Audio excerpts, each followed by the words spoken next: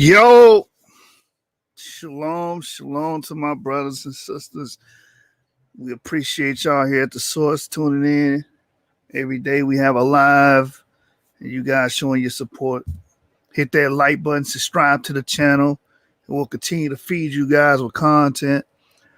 Today's title was inspired by a few fiery dialogues that took place on Clubhouse, and I wish I would have recorded it on here so you guys can see it. That's a fact. R.W. Smith, that's a fact. Source Gang, 7 Gang over everything. You know how we rocking, man. But we was on, Clubhouse, and an argument ensued between the Ashkenazi Jewish group and a collective of brothers. And the argument was they were trying to say black people could not be the Jews because they're black. That's pretty much the essence and the core and the crux of their argument. We got a new group, R.W. Smith.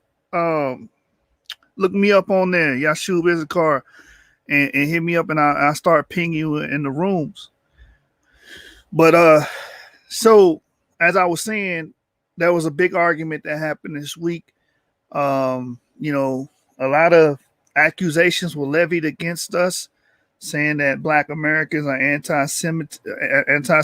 And I told this one lady, I can't be anti-Semitic because I'm not anti myself, and I follow the fact that I am a Semite because I come from the same branch of people that created the Semites, proto-Semites. So, stuff like that was going on. They were saying that we can't be Israelites because we're black. We have no history, no culture. And they started claiming to build the pyramids. Listen, anybody claiming, even if you're a Hebrew, right, you're an Israelite, stop claiming that you built the pyramids. That is not historically sound. It's no documentation saying that Israelites built pyramids. Pyramids, what they came in 3rd, 4th, and 5th dynasty, I think. With the Djoser and Imhotep, the architect of the pyramids. So the Israelites didn't come till later. The earliest we got them in there in the Middle Kingdom when they started to become a nation. So stop saying and making that claim that the Israelites built the pyramids. That's not based off facts. That's not based off empirical reality. That's based off mumbo jumbo. And, here at the source, we don't play that. But anyway, these same accusations and these same claims, yeah, right, the 4th dynasty, there was no Israelite during the 4th dynasty. There were no Israelites. You understand? So these claims were being made by these Ashkenazis. And I told them, like, in the group, like, you guys are spitting on African ingenuity because Africans made that, man. No Jew, no Israelite made those pyramids. But that's what you guys do. They try to levy the claims that we are the ones misappropriating culture. But who's making films about being every single ethnic group, every single culture on the planet? The Last Samurai, 51 Ronin, 300. They were the Persians on 300. They played the Persians. The Exodus movie that Ridley Scott made. And Ridley Scott, they questioned Ridley Scott because he said, why didn't you make the Egyptians black? He said, because he would not get funding from Rupert Murdoch. They would not fund the film if he had a black cast. But we the ones misappropriating culture. African Americans are the ones misappropriating culture. Give me a damn break, man. If they made a movie about the Empire of Mali, I guarantee it's a white cast. If they make a movie about Ouagadougou in West Africa, I guarantee you they're going to make it a white cast. And make millions and millions of dollars at the box office off of it. The Kings of Egypt, that movie that came out. Everybody was in there white. So don't come to me with this appropriating culture bullshit. They've been appropriating other people's cultures, making films about it, making money about it. They do it with the Indians over here, the Native Indians. You claim to be Native Indians, and you guys is thoroughly European haplogroup Yamnaya descendants. So we know what group of people is actually misappropriating everybody's goddamn culture, man. Everybody. All right. So, this brother right here, Israelite Jules, says the white Jews are related to Herodians. Their sages took over the leadership since the fall of Granada, Spain. I can't agree with that statement, and this is why, Israelite Jules. The white Jew, not everybody with white skin go back to no Herodian, one. Two, you're making a judgment based upon skin color. You're making a judgment based upon skin color. And on this channel, I teach against that. You can't judge somebody's history and ancestry because they're white. You can't judge somebody's history and ancestry because they're black, because that's what the other side do. And you guys try to use the same argumentum as them. That's racist. That's colorist. It's not built on empirical, scientific data. It's built on phenotype and built on Blumenbach and Karl Linnaeus' erroneous model of world populations. Africa is the black race. But how do you explain the Berbers, which are white and black? You have white Berbers and black Berbers. How do you explain that? The Moroccans. How do you explain that? Race has no biological empirical data to support it. What you call race today, black race, white race, is a bunch of BS, man. All right. So no, we don't use that type of argumentum here on the source. We come with citations and sources. We are related to white Jews, whether we like it or not, because white Jews have EM2. Which I'm going to show tonight. They have E1B1A. White Jews. It's estimated that 10% of them have it. At least the Sephardi. 10% of Sephardi. All right. And they got about 20 to 30% E1B1B, which is our brother clade. So by proxy, we'll be related to white Jews. This discussion has to be had. This is the same thing. This is the same discussion that's going to unite East Africans and West Africans. Guess what? The East Africans are E1B1B primarily, and the Western Africans are E1B1A primarily. We all go back to the same ancestors. But we got this culture that's against reading, that's against education, anti-intellectuals, man. And we got to get away from that. We were on this app speaking with these people that grew up Jewish, and we were telling them more about their customs and culture than they didn't even know what we were talking about. I never heard that in my life. You understand? Because we are astute. We study this. Every day we're talking about this. They just going around, casual lives, go to Walmart, go party or whatever. And, they might go to some ritual events. They might keep Sukkot or Hanukkah, but they don't know anything about their history. No deep talks are being involved. Israelite Jews, I have the records. Look up Rebbe Abraham of Spain. He was converted Herodian Jew since the fall of Jerusalem in 70 AD. No, I'm not saying there were no Herodian Jews. We know that. Obviously, we know there were Herodian Jews. Okay, we know that. But to attribute that ancestry to every white Jew you see is erroneous. You understand? It's erroneous. We're a hodgepodge because we picked up different genes and alleles while sleeping with other different women. It's just that simple. Look at Ice-T's daughter. Okay. She looks European. She has Ice-T's facial structure, but she looks European. She looks white. You can't judge people based on that, man. Someone's ancestry. Because if you were a part of a small tribe, Israelite Jews, and you went into Europe and you started mixing with all of the Eurasian women, and you became a big clan, the clan that you would create within about 300 to 500 years, let's say you exceed over 8,000, that you multiply, and you go to Turkmenistan, and you mix with the local women there, your children are not going, a couple generations past, they're not going to look like you, man. Your children are going to absorb the alleles and gene frequencies of that population. Just like we did when the Bantu expansion happened and we started absorbing the pygmies, we started taking their women, and we started taking the pre-Kushites and pre-Kerma people, haplogroup A and B women. We started to take on their morphology. Why? Because we started to take in their genes and their expression. So that's where that prognosticism comes from. We got it from them.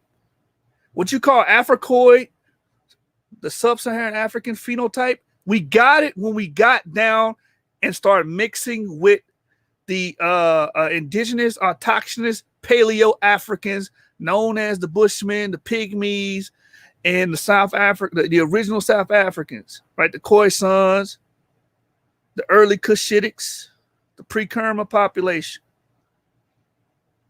That's when we started picking up them genes. And all of the skeletal remains show it, because we would look more like the Omotic and Ethiopic people. The Ethiopic type. That's what the brother Hebrew of Israel was showing you guys the other day. Okay? It don't work like that.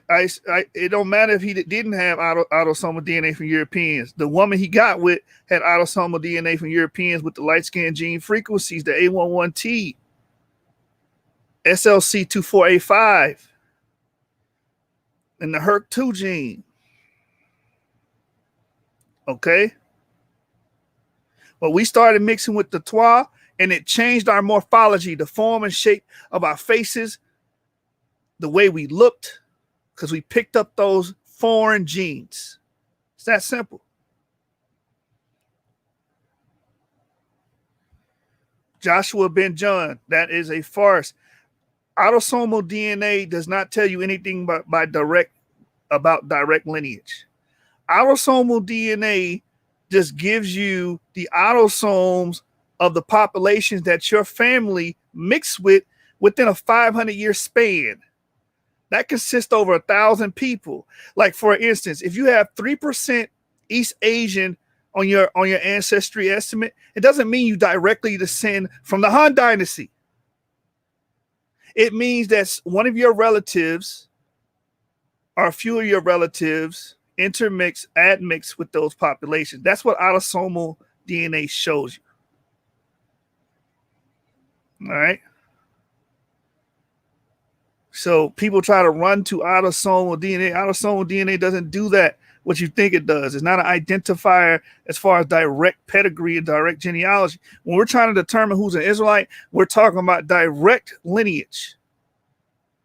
Father to son transmission. When Judah had children, and that's another thing about the MT and the autosomal, when Judah had children with that Canaanite woman, his children were not Canaanites. His children were considered Judites. When Ishmael had his children, the children were considered Ishmaelites. Showing you that it's a paternal tradition, it's patrifocal and patrilineal. When Joseph had the children with his Egyptian wife, the children were considered what? Israelites. They were still of Joseph. And we can go on and go on and on and on about that. Tons of examples. So when we determine who's an Israelite, and that kills that matrilineal BS that they made up, right? In the Mishnah, Rabbi Hillel, that's made up jargon It doesn't comport with the original narrative that came from the Israelites themselves. The original narrative the original narrative supports patrilineal descent, and it's clear. Just read Genesis. read genealogy and how they use genealogy in the Bible. They invoke genealogy through the father. You understand? Not the women. They don't say, well, this person is of this tribe because of the woman. No. That means Rehoboam would not be an Israelite, because I believe Rehoboam's mother is an Ammonite. Rehoboam would not have been able to rule if he was an Ammonite, because the law was the only people that can be a king of your people is someone of your people. They will have to prove their pedigree.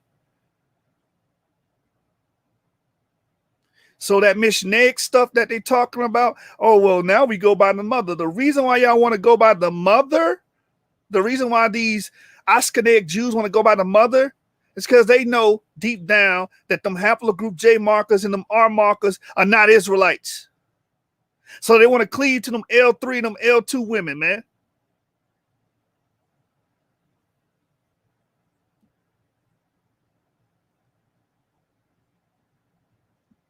Right, I agree with you, Joshua Ben John. If his DNA is, if his autosomal DNA, if a brother has E1B1A but has autosomal DNA that's overwhelmingly East Asian, that brother is simply an East Asian with our common ancestors. Exactly. So autosomal DNA lets you know who your family has been admixing with within a certain period of time. Normally, it's 500 years. So if it's 90%, that means the genes that he inherited admix with what we would call East Asians. But he is still one of us.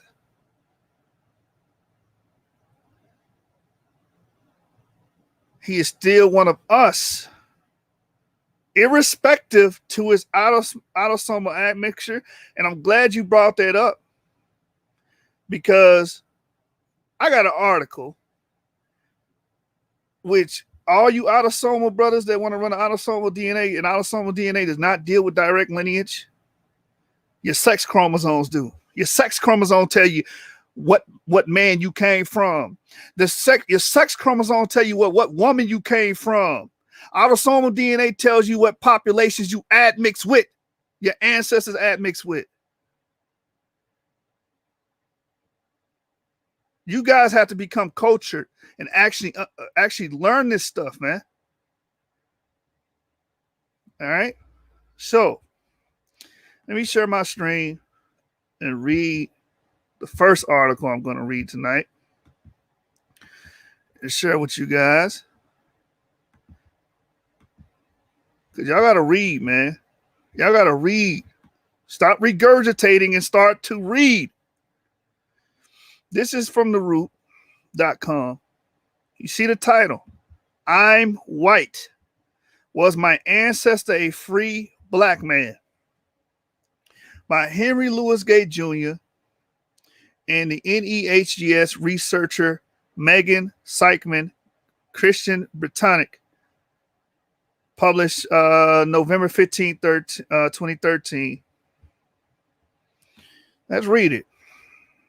It says, when I was growing up, there was always whispers of black ancestors among my father's family, but no one would ever discuss it openly.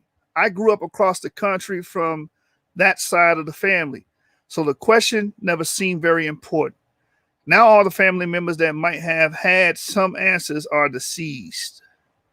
My brother had his DNA analyzed by Ancestry.com in 2008. His paternal haplogroup is E1B1A. This is a white European man. His DNA is E1B1A. Stop it. You guys are trying to base a doctrine off a racial and color schema that was given to you in the 19th and 18th century by racist scientists, Blumenbach and Carl Linnaeus. I better update y'all scholarship, man. Y'all still in the 18th century with y'all stuff, man. This is a white male.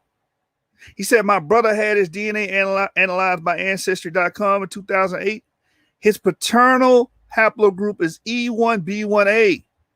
Our family is Wallace. I haven't been able to trace our Wallace family tree back any further than our fourth great grandfather, John Wallace, who was born before 1785. He was listed in the 1840 census as a free colored person, along with sons John and Noah. And you have Sephardic Jews that were listed as free colored people too in America. I might bring that up tonight too. All right. The latter is our third grandfather. These three people were the only ones in Milton Township, Richland County, Ohio, who were listed as colored. The senior John Wallace wasn't found in the 1850 census, but the sons Noah and John Wallace were listed as white, and in all the subsequent censuses until they died, as were all their descendants. Noah was born in 1813 in Delaware, and John in 1805 in Maryland. They both married Bowser's sisters, I am presuming, most likely in Maryland in 1833 and 1828, respectively. 23andMe has given me racial admixture tests of 2.3% sub-Saharan African. 2.3% sub-Saharan African. But he's E1B1A. This is why I do not entertain this racist nonsense. Because that's why y'all turn into autosomal DNA. Y'all trying to stick to that racial schema that Blumenbach started 200-300 years ago. And you trying to keep it alive, and his sentiments reverberate through you, through your keyboard. Now, this white male has 2.3% sub-Saharan African DNA. But if autosomal DNA made you who you were, he's only got 2% of that, but he's 97% European. And he's E1B1A. Guess what? He family. We share the same paternal ancestors as him, regardless of what his autosomal says, regardless of what his skin color is. This is science. This is empirical. You and your feelings and your emotions about what you feel about race because you're following dogma. Your religiosity impedes your ability to learn.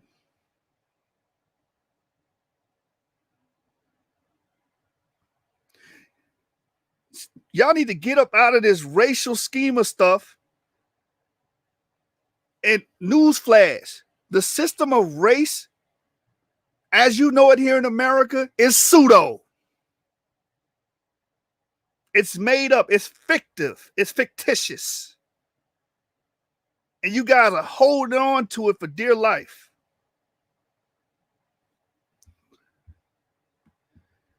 #23andMe has given me racial admixture test results of 2.3% sub-Saharan African and 97.5% European composition. When I worked that backward, I believe Noah had to have about 75% African ancestry. This scenario seems unusual to me. I would be very interested in any kind of insight that you might have. I would also like to have reading lists to help me understand the history of free colored persons at the beginning of the 19th century. Sylvia Wallace Snapper. So we can clearly see this man admixture is majority European. Majority. Why? Because that's how meiosis works. Right? That male line kept mating with European women, right? And he picked up the European genes. So by the time you get to him, that lives in the common era, that lives in he's contemporaneous with us. This guy's still living. what happened, what the actions of his ancestors is told within his autosomal DNA. A male line continued to mate with foreign women, and he picked up those European genes along the way, those autosomes, because we have 2 sex chromosomes and the rest of our chromosomes are autosomes. All right. So when we're dealing with identification, it goes to the Y chromosome. But if you maternal focused, then you have to use the maternal clades. Good luck with that. All right, so let me stop sharing that one. That's the first one I want to deal with. So for all you guys, y'all need to go to school, bro. Like I'm being so serious right now. Y'all need to go to school and learn basic methodology. That's a fact, man. Take your ass to school. Your education is very important. Try to be the best you can be. I love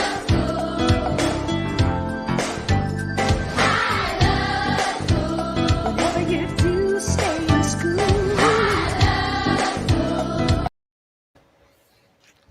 Stay in school, man.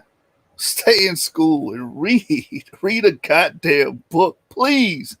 Please read a book, man. Read a book, read a book, read a motherfucking book. Read a book, read a book, read a motherfucking book. Read a book, read a book, read a motherfucking book. Read a book, read a book, read a motherfucking book.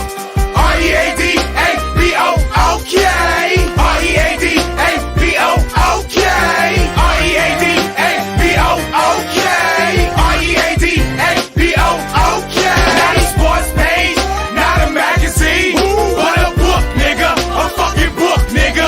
Not a sports page, not a magazine, but a book, nigga. A fucking book, nigga. Not a sports page, not a magazine, but a book, nigga. A fucking book, nigga. Not a sports page, not a magazine, but a book, nigga. A fucking book, nigga.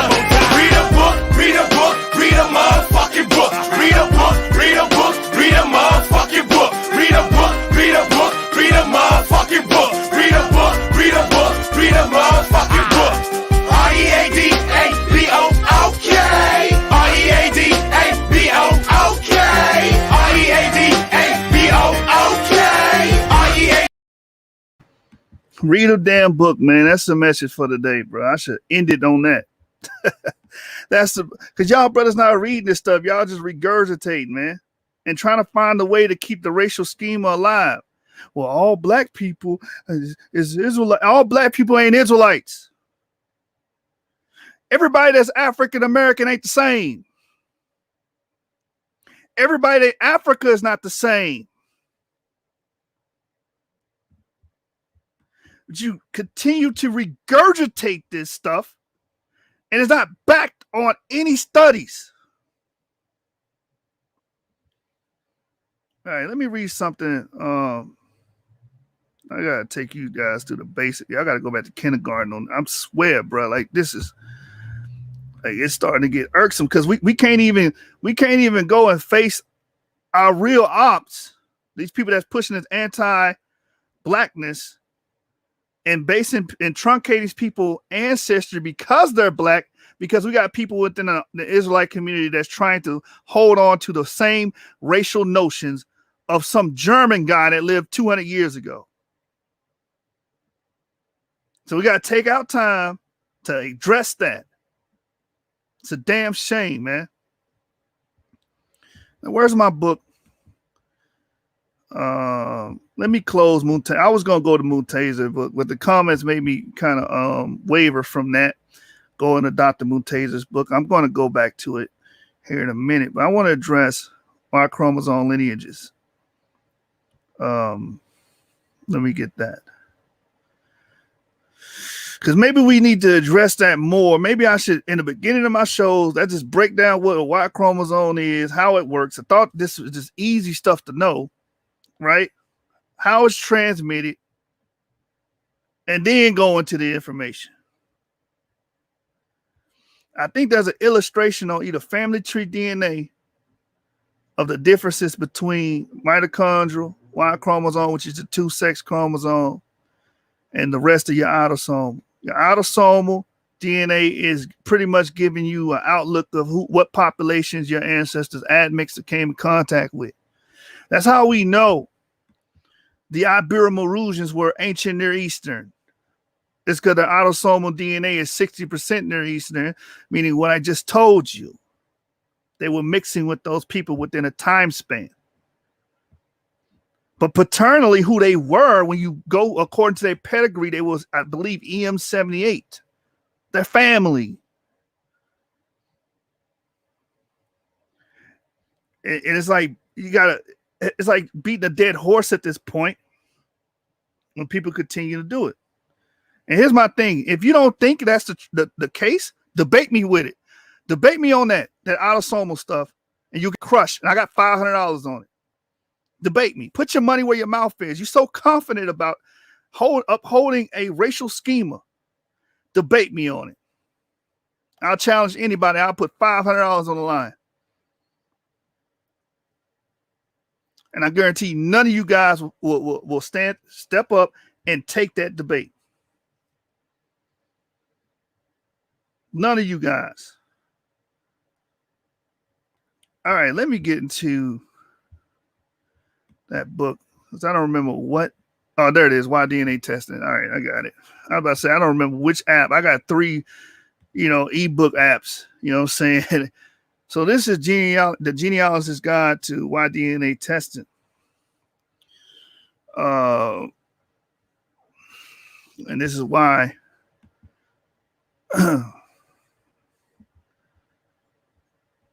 using sex chromosomes is how you determine lineages. There's not no damn autosome DNA.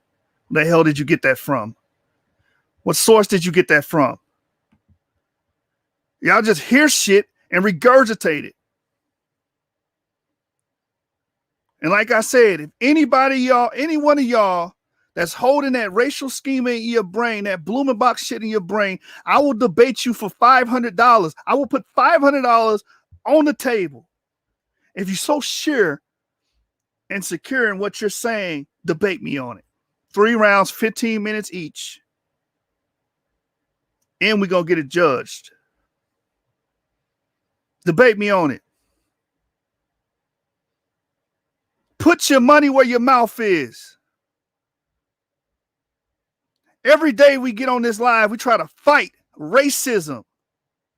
The system that tore us down based upon skin pigmentation, and you guys are trying to uphold it.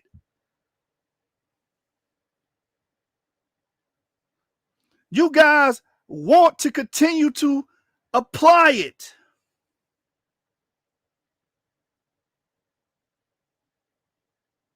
And act as if the angel Gabriel came down and gave you that information about black skin, and black skin is how it relates to race. So where are you trolls at now? Do you want to debate at $500? Put yes in the chat. It should be easy money, right? You're so sure of yourself. You guys are dilettantes, man. All right. All right. So this is the book, The Genealogist's Guide to Why DNA Testing for Genetic Genealogy. It don't say anything about using autosomes. What does it say right here? Lineages are a way that Y-DNA can extend our knowledge of our ancestry, but beyond what we would have thought possible in regular genealogy. You see the illustration up top?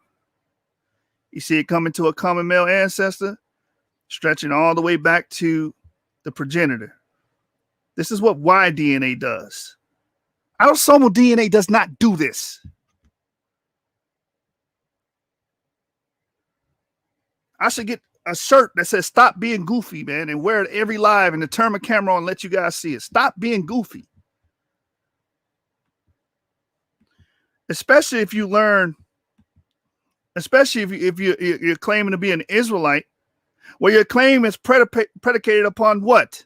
Descending from an Israelite man, an ancient Israelite man from the original Israelite cluster.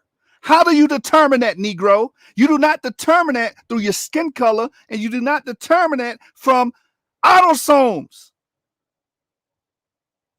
Autosomes do not tell you what man you descend from. Your Y chromosome does.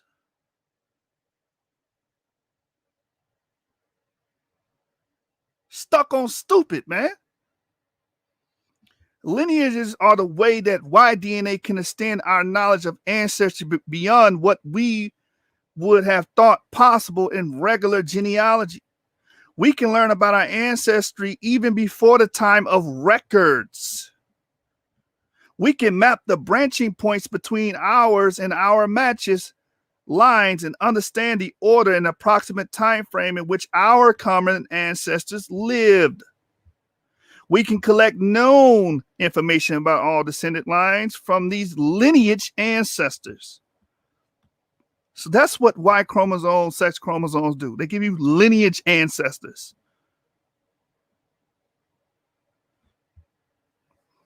And draw conclusions about where and perhaps they lived. And this is what we do with E1B1A. This is what we do with EM34, EM78, EM123. We don't use no damn autosomes, man. The hell wrong with y'all? My job ain't to be nice to you. My job is to tell you the damn truth, man. For example, if all the earliest ancestors in our genealogies were born in the same region of the world, perhaps the closest lineage ancestors lived there too. But we need to realize that lineages are a new addition to our genealogy that doesn't play by the same rules. We can never apply the same rigorous proof genealogy guidelines to lineages, since in most cases we won't have traditional records to support our conclusion about lineage ancestors. And that's another thing too. You have to use inferential data, right? Our conclusion, hold on, let me read this because this is important. You guys have to know this. Our conclusion may always stay working theories, even if they are very likely. In traditional genealogy research, we're certainly used to having working theories that we continue to try and prove, and lineages may present much of the same challenge. We may only ever know the order and approximate time frames of those common ancestors for sure. And that's what we do on this channel. We give you working theories for Shem. We give you working theories for Shem being DE. We give you working theories for Japhet being CF, based off a myriad of sources. Right? But how do we do it? Lineages, man. A lineage ancestor, which is determined by what? Your sex chromosome. So can we stop this autosomal bullshit? And it's only reason y'all invoking that because you can't get over the fact that white people can be related to you. Just the moment I mention that white people can be related to black people, you guys have a conniption. Because y'all racist, man. And you base every damn thing off skin color. Trying to use the same system that destroyed our identity and destroyed our ancestry and truncated it. This is what these Jews was telling us on the app. You guys can't be Jews because you're black. And you didn't use the same goddamn argument. I'm not standing for it, man.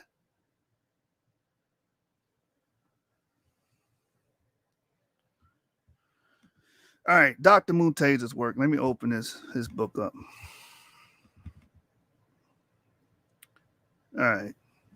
Shalom. Let's reset. Shalom. Hit that like button, man. I welcome everybody in here, man. I'm just frustrated, bro, because a lot of you guys are anti-intellectual. I promise you guys are anti-intellectual, man. Right, Chemo. DNA does not care about your skin color. DNA does not care about your skin color. It's not predicated upon your skin color.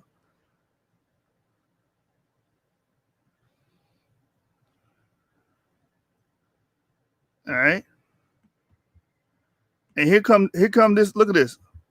Dotson. Debate me on this, man. $500. Debate me on it. Modern day Lebanese is a pure ancient bloodline of the Middle East, very close to the Phoenicians. Phoenicians was a Canaanized tribe. Some carry up to 90% the same. You will see light and dark, no Africans. Debate me on that. Because we got a plethora of sources that kills that notion. You had ancestral Africans in the Levant before the J marker even got there. Through the Epipaleolithic to the Neolithic times. Dominated by the E haplogroup. Dominated. Okay, so this is what TVET said. Facts. They Canaanites. Based upon what? What makes them Canaanites? When they're Semites. Oh, you talking about the Lebanese people? No, Lebanese people not Canaanites. If you read that paper, they're actually Hurrians. Hurrians. They're Japhetic. But we don't read. We don't read the article. If you go and read that article, the up-to-date scientific articles on the Canaanite haplogroup J they found, they assigned it to the Hurrians. Go back and read it. And the oldest J marker that we got go back to the Caucasus, which makes sense. They Japhet, right, Joshua? They Japhet. Those J markers they found was from Japhet. The Hurrians that were buried in the Canaanite fashion. All right. All right, let me get back to the book. Let me start reading the book. This is the Genetics of African Populations in Health and Disease by Dr. Muntaser, which is a PhD, master geneticist. All right, and he's Sudanese. It says the Y chromosome of biolic lineages are perhaps the most interesting indicators of the connections of the regions of Africa. The majority of males in most regions of Africa bear E haplogroup lineages, defined by the M96 marker. The haplogroup is either a majority or a plurality in all large regions. They show that the regions of Africa are interconnected at a time depth after modern humans left Africa by E haplogroup Y chromosome lineages.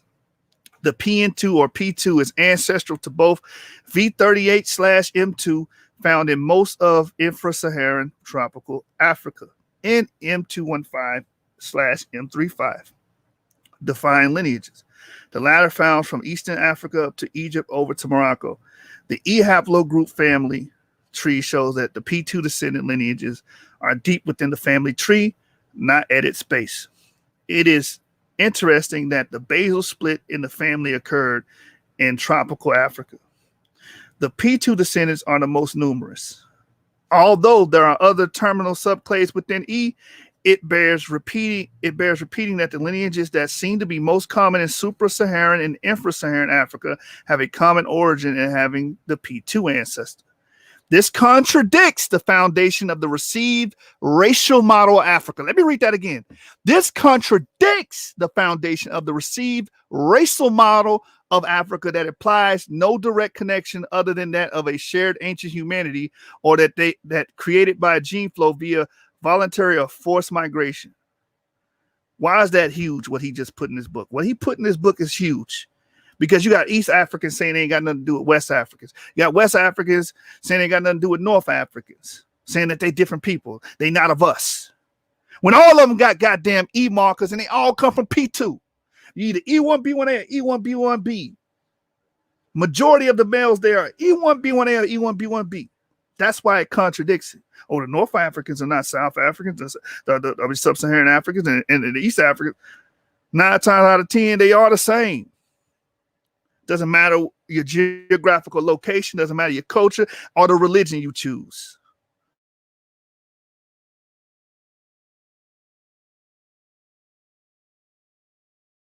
It contradicts, and that's why I love this man's work, man. He pretty much puts a knife and the pseudoisms circulating the world right now.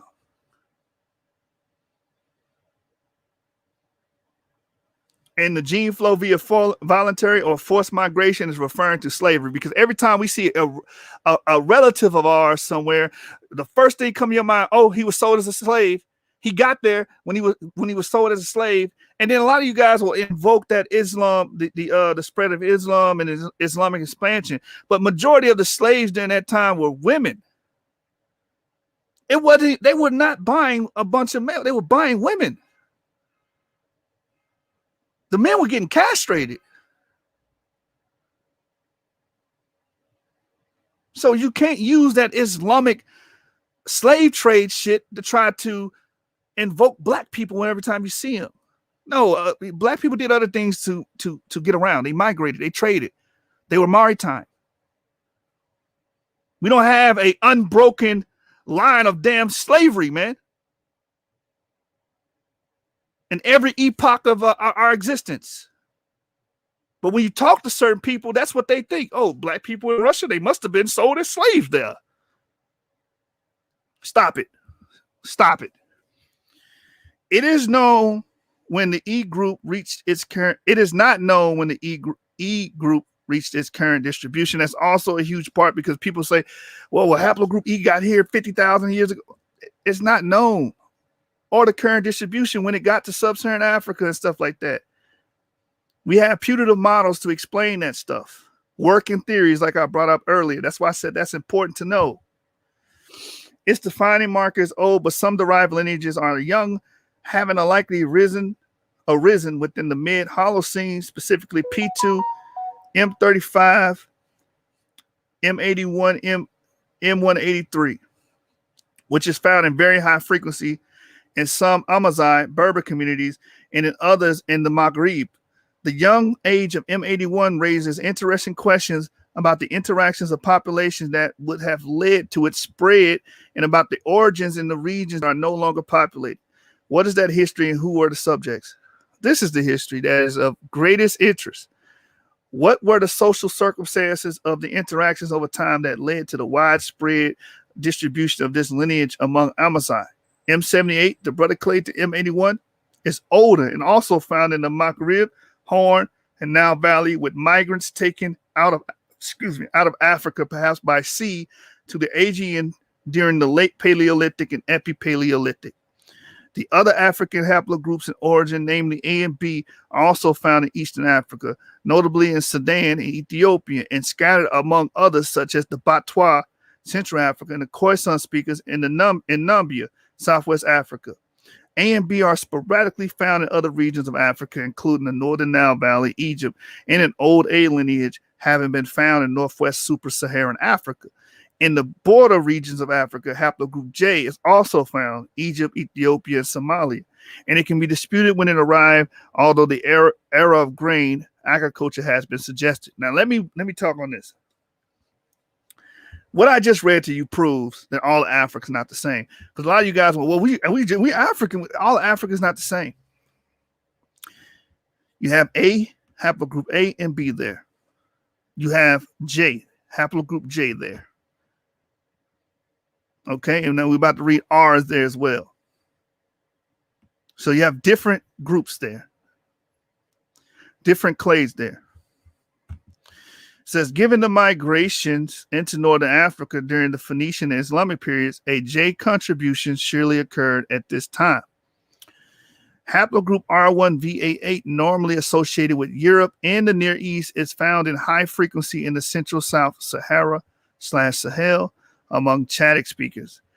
This lineage likely came to Africa in a back to Africa migration. So you got haplogroup R there, Chadic speakers. We're not related to them. When I say we, I'm talking about those with E markers, which I'm going to get to the topic. Black Jews and white Jews are related. And just because you got different skin tones and morphology and facial features and hair texture doesn't mean nothing. We go back to the same ancestral population. We all trying to identify with what population? The Israelite cluster. It says its age is older than the Chaldeic language family, and it is not a marker of that family's emergence or movement, which is an example of the layering of population effects. There's an irony associated with the R1 presence in these Chadic speakers that bears pointing out. There was resistance by some scholars to the Chadic family being a member of the Afro-Asiatic based on external phenotype of its speakers. And this is what you guys do. You employ this same methodology, this same ideology. Oh, they black, they can't be Afro. This is how you guys think. You judge people based on their skin color. Oh, they white, they can't be Jews. They white, they can't be our relative. They can't do this, they can't do that. The minute you start basing what someone can and cannot do based on their skin color, that's when we can tell you you're a racist. The minute you, especially right, what they were doing with their language group, oh, they can't have Afro-Asiatic language groups. They're black. What they do when they sing the limbo, they black. How the hell they can be Jews? You gotta do the same damn thing, man. I'm chastising the brothers in the Israelite community because you do the same goddamn thing. You employ the same methodology, the same ideology. It says the Afro-Asiatic based on the external phenotype of its speaker. So it was like they can't be members of the Afro-Asiatic because they have the stereotypical African variant, which is dumb. To base someone's ability to have a language group or be a part of a language group solely because they look a certain way. And that's why I go so hard on this channel, man. Trying to undo hundreds and hundreds of years of miseducation. Let me keep reading. It says the fact that this particular population of Afro-Asiatic speakers, although the samples are limited, usually has a higher frequency of the European Asian lineage than Berber speakers. More northern coastal peoples is the coastal people is this kind of a new thing that Pliny was speaking about. And here's the thing also about R1 being in sub-Saharan Africa. We invoke the oral testimony of Dinka coming from the Middle East and then penetrating to Africa, the Ghanaian oral testimony of them coming from the north and coming from ancient Israelite population and penetrating the south, the Eldad, the Danite account saying that Africans came in and penetrated the Sahara, because I'm saying the Sambachion, although mythicized, right? It was mythicized and made into this mythic river that stopped. And on the Sabbath day is also talking about this migration from that included Israelite tribes that penetrated the Sahara deep down, then penetrate the Sahel and start to build and function there. Especially because they just put out a paper that the earliest pottery assemblage of the Bantus will be around 800 BCE. Coincidence? Coincidence? You tell me. But the language, I'm going off topic a little bit to talk about the Eldad Danite account. The way he phrases the Sambachion being a sea of sand and stone, well, that's pretty normal and attributed to the Sahara. Because what does the Sahel mean? The Sahel means the coast, because they were treating the Sahara like a great sand sea. All right, who just came in the room? Shout out to Orthodox Moore. Yeah, shalom, fam. Shalom, shalom. Let me finish reading this. So they were treating the Sahara like a great sand sea, and the Sahel would be the coast, and the camels would be the ships. So for him to speak that way, that's how he was speaking. It was more something analogous than something literal, in my perspective. Let's keep reading. But anyway, this group, haplogroup R, the Chadic speakers, prove that you had these people migrating, whether you want to say they came from Europe or the Near East. There was Eurasian migrations going into Africa. They prove it because, again, DNA is rigid. You can't get around it. Haplogroup R is in sub-Saharan Africa, showing you a migration took place. It is indeed ironic that those with what can be called the stereotyped African facial morphology, which the Chadic people have, right, and very dark skin are precisely those with the European haplogroup. They have R, you have someone with J, you have someone with T. They dark skin, they have the African look. You will call them Africoid, but they're not related to us. We don't go back to the same paternal groups. We don't.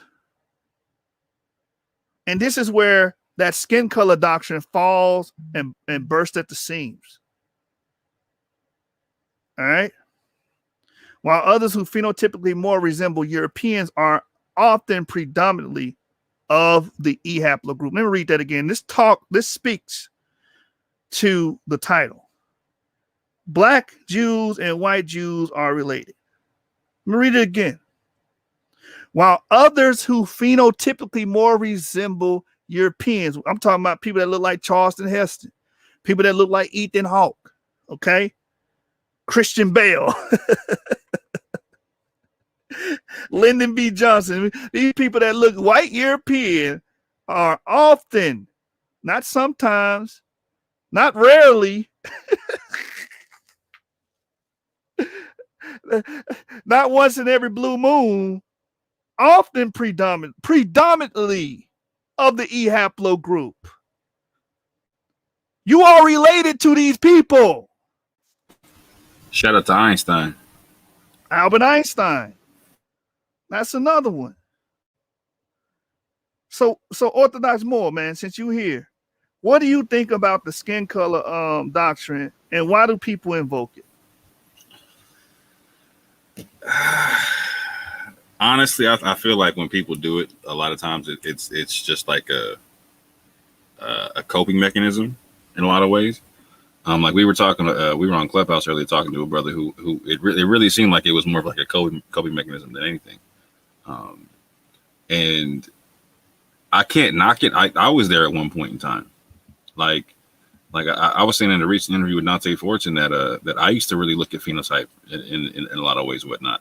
But then going through my own family genetics, like, so my mother's North African / Hispanic, etc., whatnot, came here from to America via North Africa by way of Spain and then Mexico, etc.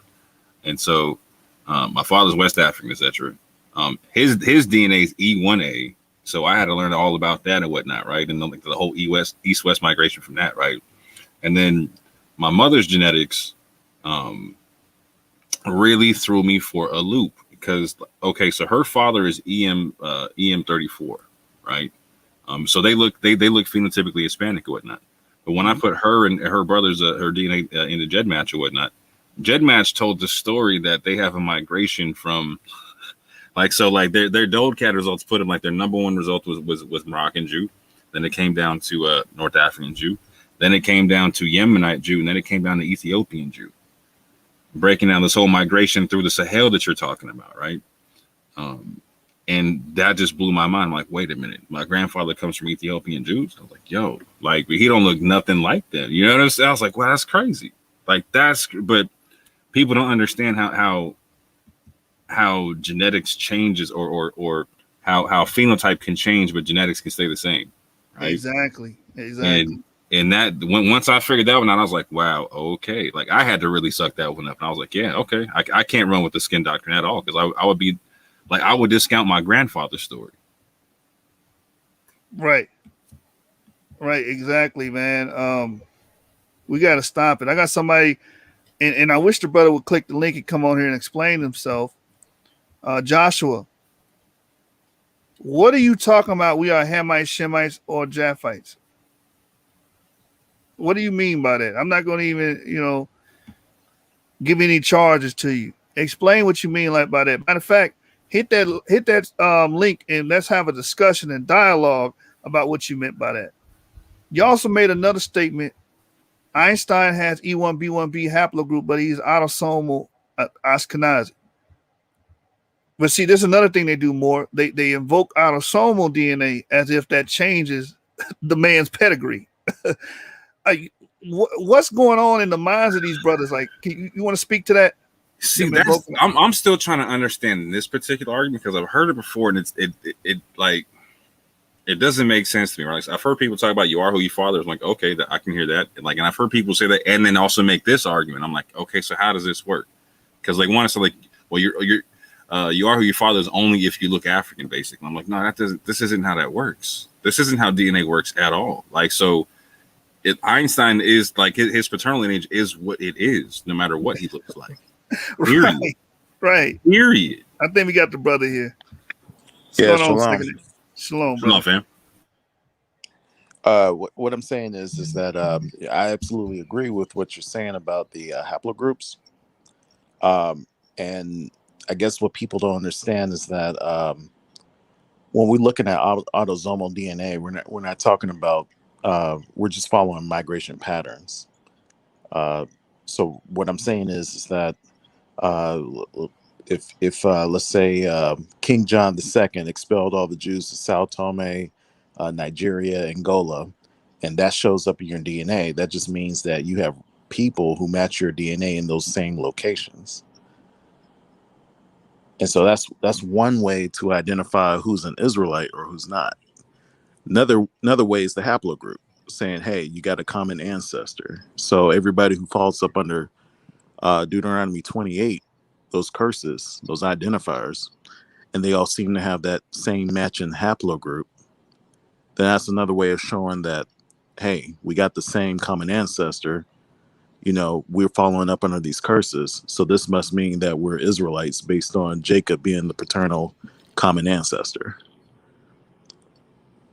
So as far as Japhethites, Hamites, Shemites, I mean, since we all come from those three, since all nations come from those three people, it's just, you know, all these haplogroups that we're seeing, they're just branches off of those three. So that's what I mean by that. So you're saying pedigree determines who you are? Yeah, pedigree determines who you are. So explain the statement on the screen. Explain the but. Explain the but, brother. Oh, okay, that's it. Yeah, but he's autosomally Ashkenazi. So what that means is that although he had, let's say he had a Shemitic haplogroup, because he's been disconnected for so long, because his overwhelming DNA matches up with people in the region, like, you know, Germany, then, you know, because of that disconnection from the people, he's no longer associated with that people. He's matching up with, you know, that nation that he's with. And we're talking about not necessarily just following bloodline only, because, you know, culturally, language, history, he's going to only identify with Germany. He's not going to identify with, let's say, Ishmael. If Ishmael is E1B1B, he's not going to identify with that. Kind of like when one of the prophets told them to get rid of their foreign wives and their children. Some of those women had sons that went with them. Are they going to still identify as Israel, or are they going to identify with their mother's nation? You see what I'm saying? Well, the Limba actually say they come from that migration and say that they still identify as Israel. So there's that.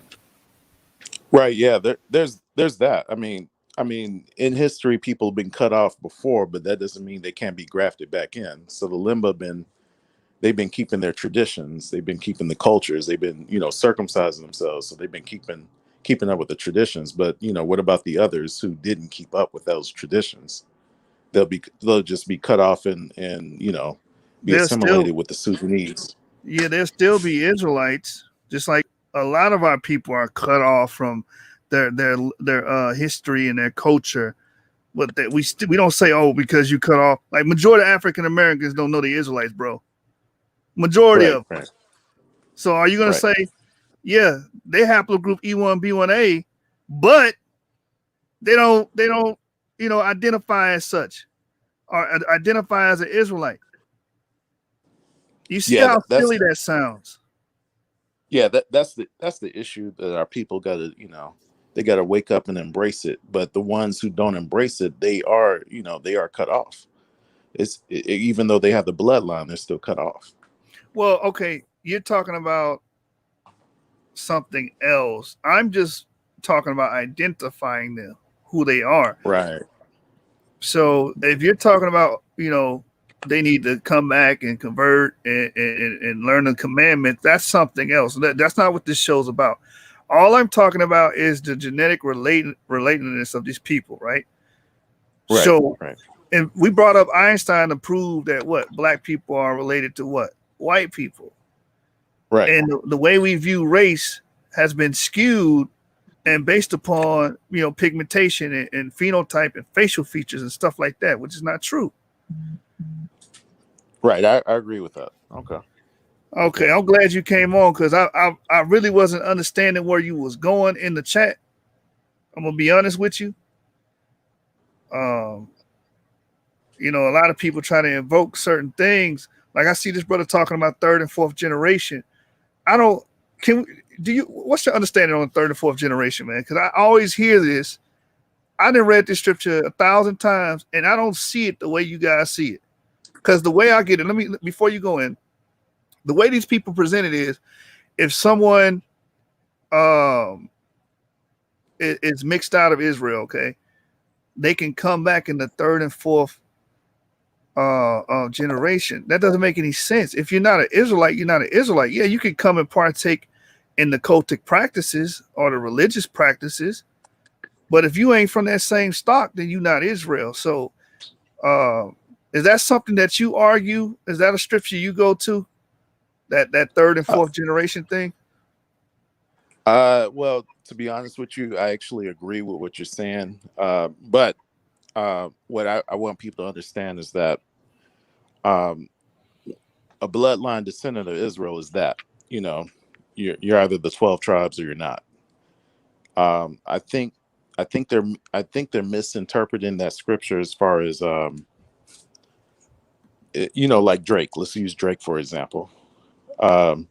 They think that because Drake has a white mother, and then, he married this white woman, then, after the third generation, his son Adonis or Adidon, they think he's going to be cut off. Yeah, and that's what I'm saying. Like,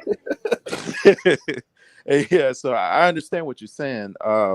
No, this is what I believe in. The only way he gets cut off is that he don't keep the commandments. He don't go back to the word. But as far as a physical Israelite, he's got the bloodline, so he's a physical Israelite, no matter what he looked like. He can have blonde hair, blue eyes, but if his father is from the tribe of Judah, then he's a Judean. He's a Hebrew. And if he gets cut off, he can always be grafted back in, but he'll still be an Israelite, according to the bloodline. Right. Let's check this out. It doesn't say what they're claiming. It said these are men who likely got a D in English class, and I agree. Not a D, a F minus. How you get an F minus, man? Because for some reason they think that you magically stop having a lineage after the third or fourth generation, and that just blows my damn mind. Yeah. R.W. Smith says you were considered as the blood born after one converted and partook in the occultic practices. Yeah, I agree with this. You were considered as we treated you as a homeborn of Israel, right? You got treated like a native once you converted into our way of living and you took on our practices. But your Y chromosome didn't magically morph into ours. You know what I mean? Like you didn't magically become of the bloodline. And I think Christians get that misconstrued too, because they'll invoke this scripture and say, we are Israel. No, you're not. We be Abraham's seed. No, you're not. You're not Abraham's seed. You don't get to just say that you're Abraham's seed and now you change into his genealogy or become a progeny of Abraham. That's not how it works. That's not how genetics work. So you got a lot of these weird doctrines that's floating around Israel and floating around these Christian sects, man, that can't be reconciled. What you think about that? Yeah, I agree. I mean, you can't change your bloodline. I mean, you are who your father is, regardless of what happens. So, hopefully they'll, it's just that our people don't know a lot about genetics right now. It's a new science for them. It's a new awakening and it's a new science. And I mean, I appreciate what you're doing here, to help enlightening our people to kind of give them an understanding. It's going to take some time though, Yeah, that's true. But like, it's like what I do for a living, man. I work on HVAC and I go in there and I have the professional skills to do it. and you as the homeowner trying to tell me how to do my job or try to correct me in something I've been doing for 10 years, how would you feel if you was in my position, right? You the technician, you the skilled guy, you got the license or whatever, you're cultured, and someone that didn't do any of the stuff you did to acquire that knowledge goes in there and tries to tell you how to do your job or try to speak on your job as if they've been doing it as long as you. What you think about that? It is frustrating. I mean, you got people, they've never done anything in their life, and they got all the answers. So yeah, it's frustrating. I understand.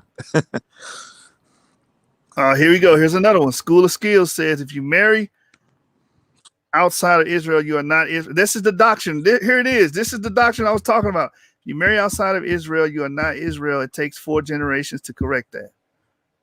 Where in the Bible does it say that? It doesn't say it at all. But that's floating around the Israelite community, what he just said. I mean, I think you're doing it the best way. You're tackling it the best way. I mean, a lot of people are coming out of, different camp doctrines. I mean, there's so many people with so many ideas. It's just going to be, it's going to take some time, Oh, here we go. Here's another one. Garth Yahuda says, which one is more important, the curses or DNA? Because not all of us in the diaspora are E1B1A. That means all of us not the same, and all of us we don't share the same ancestral fathers. That's what that means. If you go get your DNA test and it's BM60, I don't care if you have a shared experience with me. We don't have the same pedigree. And at the end of the day, if you're saying you're an Israelite, you're saying you descend from a male or males that would have been Israelites in ancient times. I mean, what I would say to him is, let's say he had R1B, and I heard somebody from I think Teo Ministries talked about how they have, they disregard haplogroups because if it's not E1B1A, then they feel kind of left out. But what I would say to that is that there was a mixed multitude that came up out of Egypt also. So there's going to be different haplogroups. I mean, I think what was it? One of the kings had R1B.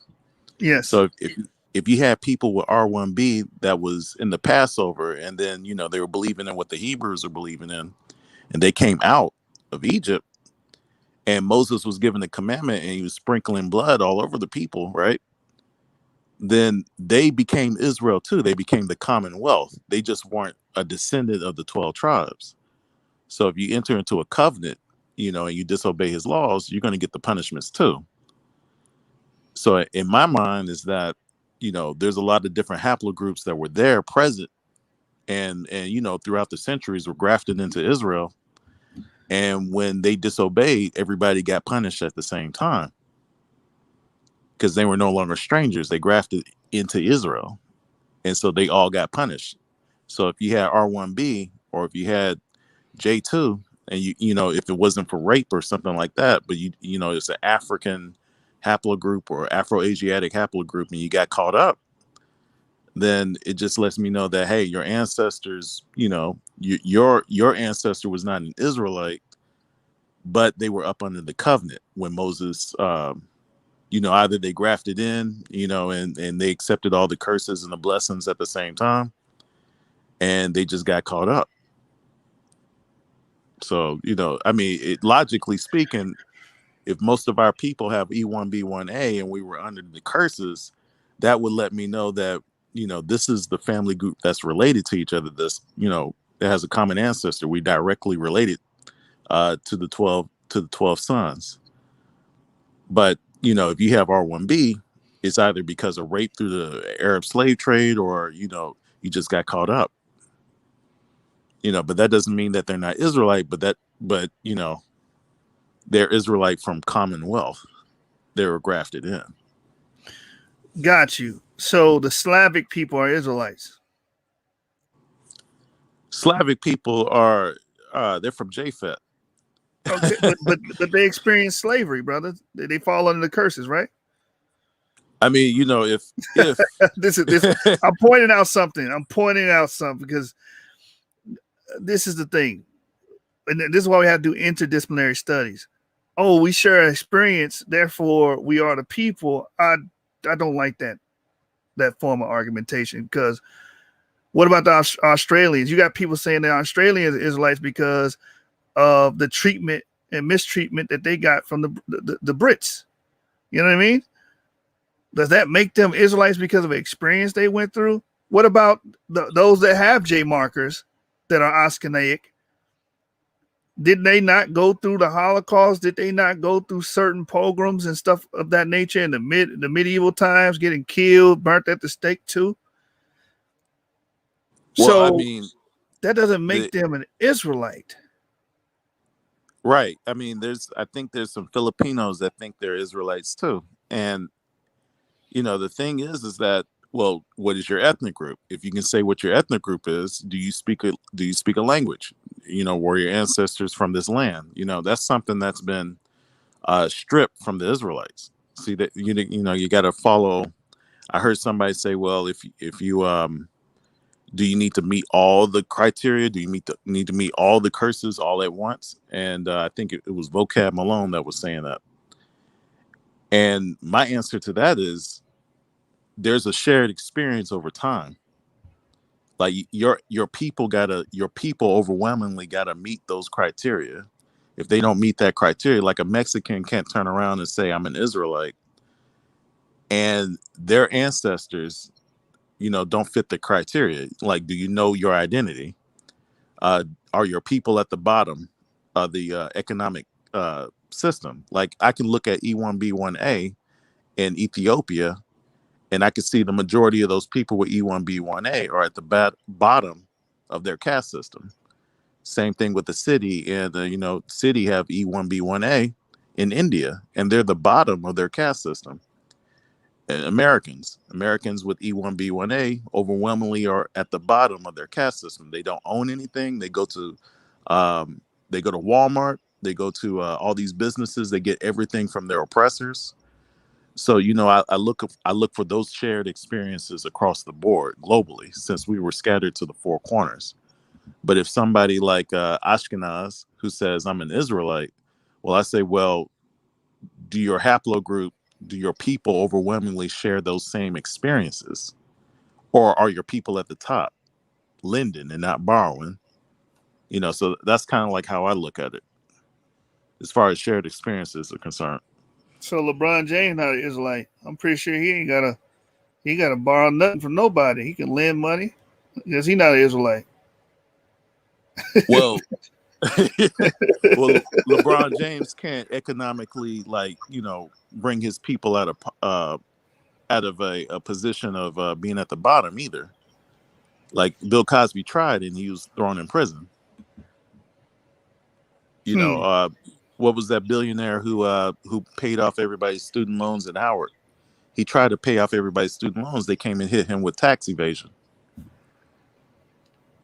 So, you know, when you try to uplift your people, when you try to say, hey, I'm a build a military for my people, you know, they'll immediately slam you. That's why Jay-Z and Will Smith, you know, all that money they got, and they can't do anything for their people. It's impossible. It's systematic. You know, they have it set up to where you'll never rise up. What about the Jews in West Africa? We read about them. A lot of them were rich. A lot of them were trading slaves. They had gold, pearls, billets. They not Jews? I mean, well, that's a good question. I have to read up on it. I'm not sure. I'm not sure what, you know, I can look at their haplogroup and say, okay, these people say they're Jews, but their haplogroup is R1b.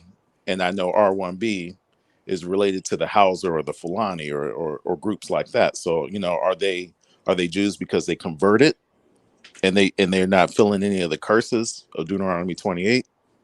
You know, I would have to look more into that. So I wouldn't know. I couldn't answer. There was a historian that said that these Jewish groups would have been Sunniki. Okay. Yeah, you know, some of these groups like the Yoruba and the Sonike and the some of these groups are a mix of E1B1A and Hamitic groups also. No, man, So no, bro, they Jews. They no, were no, they were okay. just rich. You I, trying to I you want you doing to the like Cupid I shuffle, just say brother? some of them. Yeah, I'll keep it simple. I'll put it like this. My buddy, he's Yoruba, right? Mhm. And there's two different types of Yoruba. There's a Yoruba slave class and there's a Yoruba free class. And so it's kind of similar. They don't look at skin color like you're saying, right? They just look at like, oh, were you born a slave? And so that's and that's one of those caste systems they kind of keep you in. But if you look at it, it might say E1B1A. Now, as far as having the same haplogroup, do our people enslave each other? Yeah, so it's possible. It's Yeah, possible I for was our just about people. to say, here in America, the free slave owners Well, and they did that the when I first was blacks that came over here with the Spanish conquistador, the black conquistador, they owned slaves. right, and I'm not saying all of them are righteous, but there was some cases where They was they rich, did brother. that to him. They Yeah, was they were rich. doing that too. They were rich, but they were also doing that to emancipate their brethren. Some of them were, yes, that's true. Yeah, yeah. So that's where I would go with it. But some of them weren't. But some of them were. And then after 7 years, they were following the law, letting you know that hey, these are not just Africans. They're actually treating them like their fellow kin. Because why would you free them? And that actually became a I'm problem in glad you Jamaica. said that. The Sephardic Jews, like in Suriname, they were treating Right. their slaves like that. They were manumitting them, treating them like they were one of the family. They were doing all that. It would seem Yeah, and to it me became a as if they problem. were treating them like Hebrew slaves and not, goyim, as the Jewish groups say. Right, right, right. The Gentiles. Right.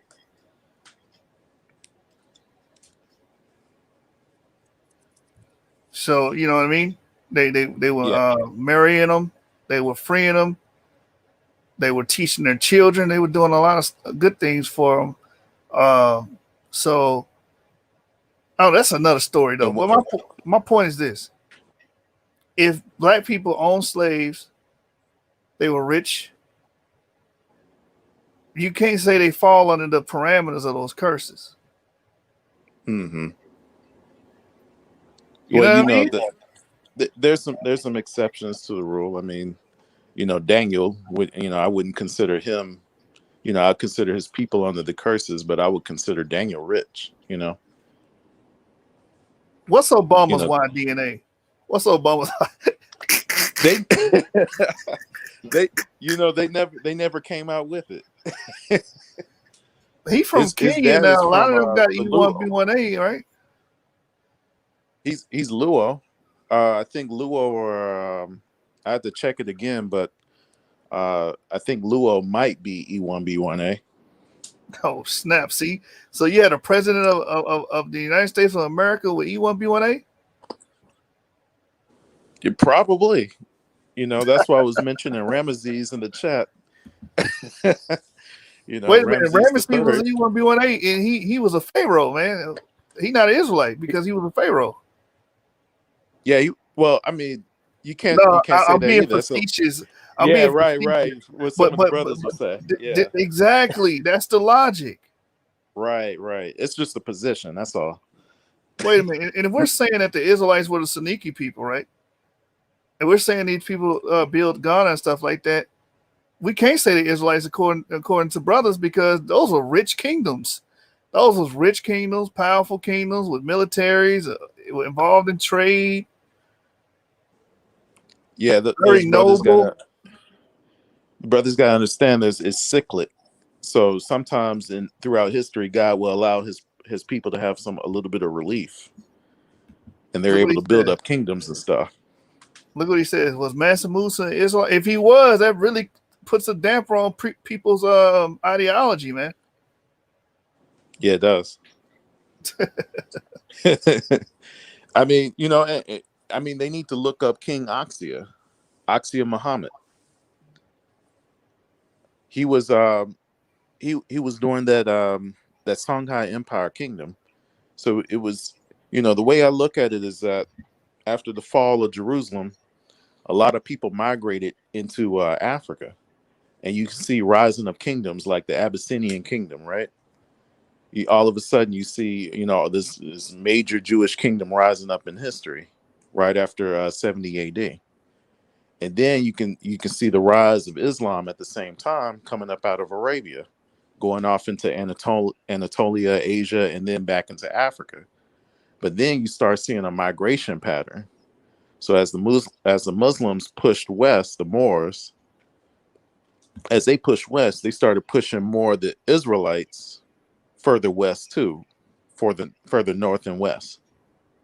And so now when the Muslims go up into Spain and Portugal, and they conquer that for a few hundred years, then you got your Visigoths, the Germanic tribes coming from Gomer. They come in and they do a reconquista, and they push them back down.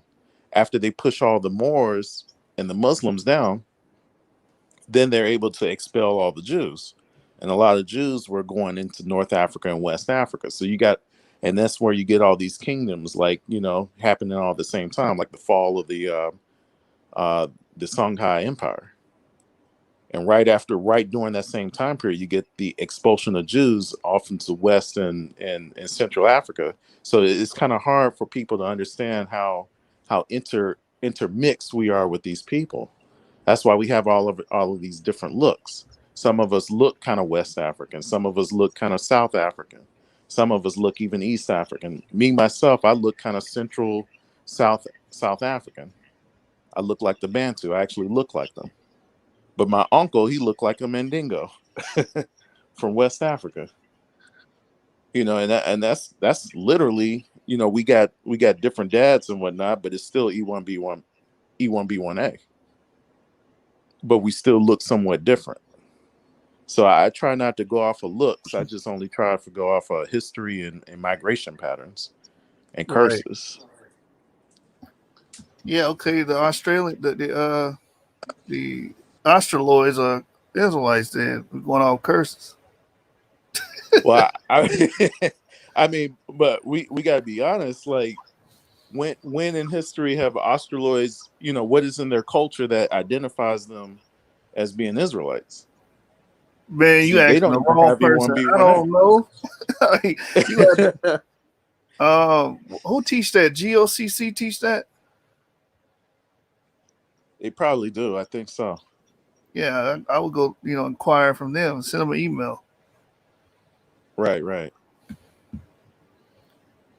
But pursuant to the topic, we took a long nosedive away from what we were trying to accomplish here.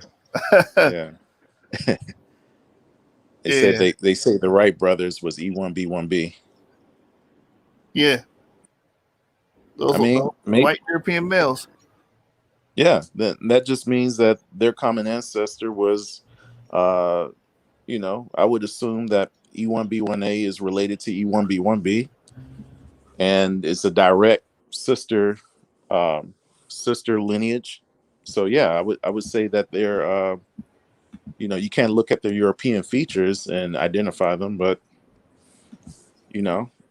it's not like they're trying to graft back into Ishmael or anything. Or Esau. Hold on real quick. Let me pursuant to the title, right? White Jews and black Jews. Are they related? Yeah, they can be. Yeah. Has nothing to do with skin color. All right. So what I'm going to do is I'm going to go to jewishdna.net. Right. Can you see the stream? See it. Jewish DNA. Oh, it didn't share? No. Oh, snap. Hold on. Let me try again. Where is it at? I want to share it. If the audience is watching, go to jewishdna.net and look at the clades of DNA amongst the Jewish people that identify as Ashkenazi Jewish. So I don't know why my screen share is not working. Let's see.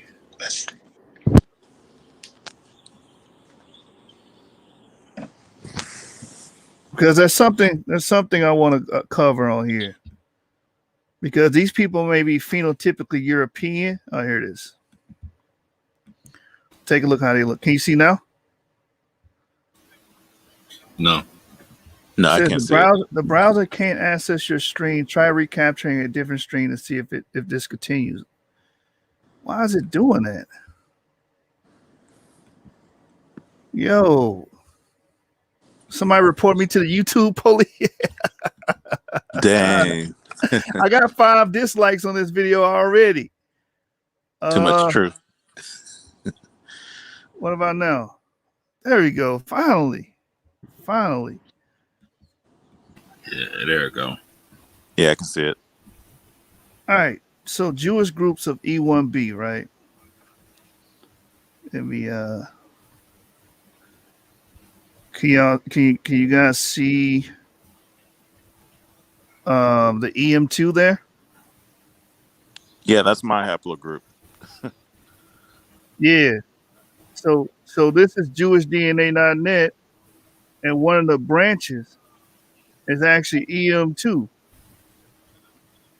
You know what I mean? And these would be Nice. Ashkenazi Jews.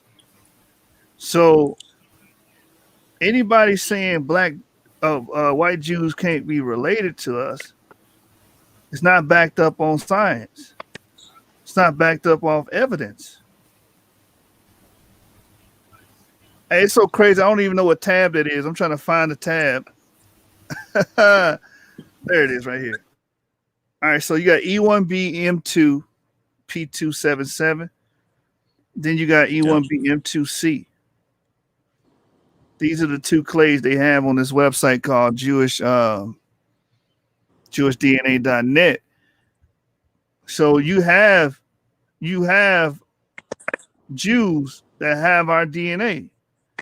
Then of course you got plenty of them that got E1B1B. So the question is answered. Like, black Jews are related to white Jews. Now the Jewish groups that we don't accept as autochthonous ancestral Jews is those Jews with the haplogroup J marker.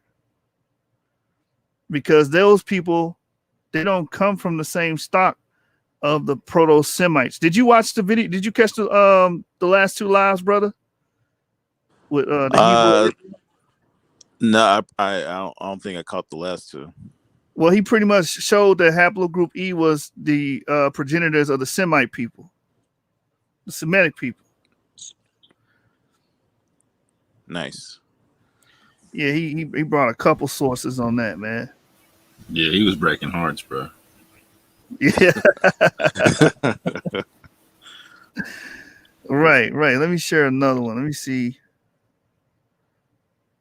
Where's the family tree DNA? Stop that. Let me pull the family tree DNA up.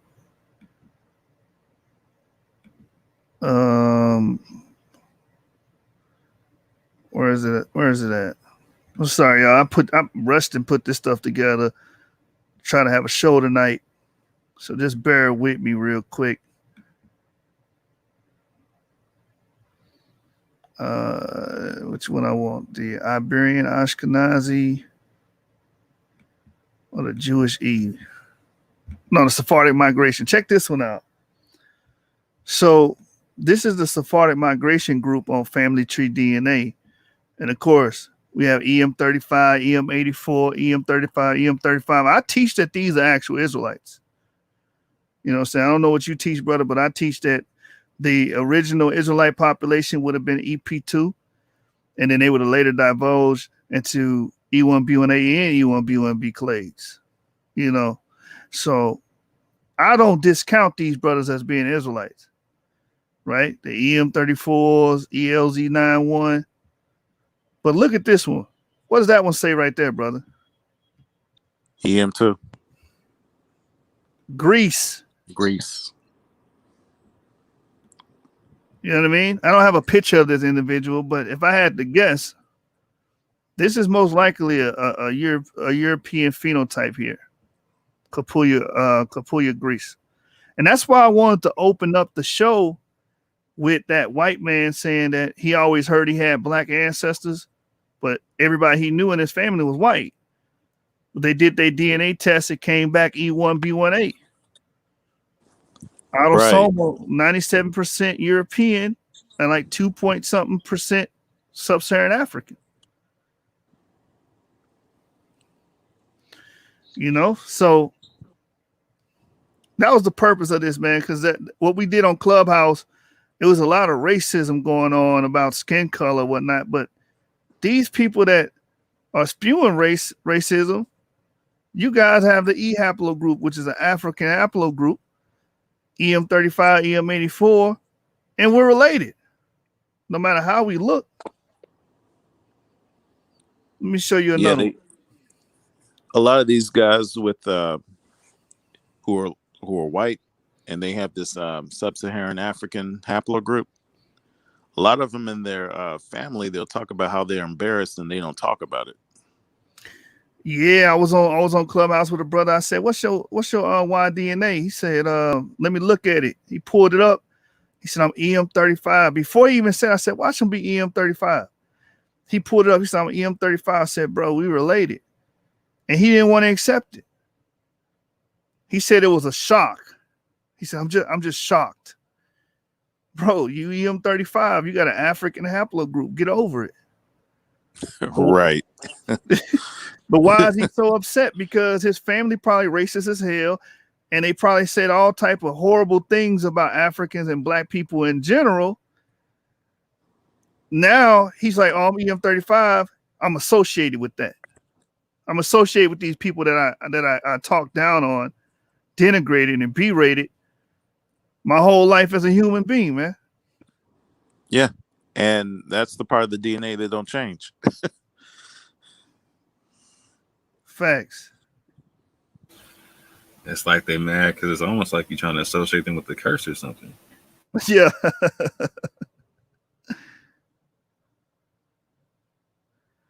All right, so hold on. Let me open up this other one. The other family tree DNA. I think this one's a more interesting, right? Jewish family tree DNA,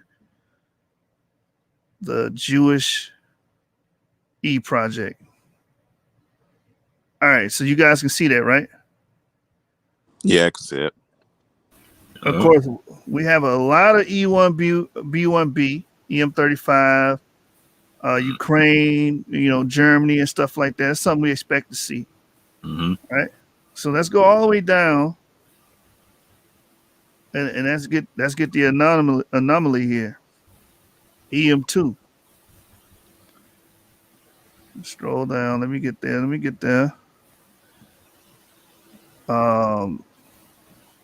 Now all these men that submitted their DNA, these are known Jews, right? So make that clear. Where is it at? Probably past it. Right here. There. You guys can see that, right? EM2. This is unknown origin. No name. Hey, my G pulled up EP 177. Yes. Yo. That's one above V38, I think. That's right before V38. Wow. Yeah, so and that's in Lithuania. Lithuania, yeah. Yeah. And they list their paternal ancestor, and it's this guy here, Leib Schur. He born around 1755. But right above it, EM2, Hungary. Hungary. What? Yeah. Right. Ashkenazi. And Portugal. Then they got an EM2 United States Native American. Right. Yep, that one right there. James Lau, 1858. And then this one right here, Thomas Smith II, born 1700 in PW County. I think that's Prince something. I don't remember what that is. County, Virginia. ECTS 9954. So what we're going to do, we're going to copy this. Right? And then we're going to go to Genetic Homeland and type that in and put that in to see what clade of E1B1A he is. So remember, their paternal ancestor, they know who their paternal ancestor is who submitted that. He lived in the 1700s. Let me share. Where's it at?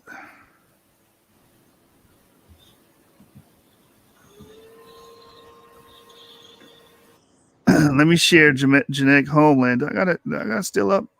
All right, here it is here.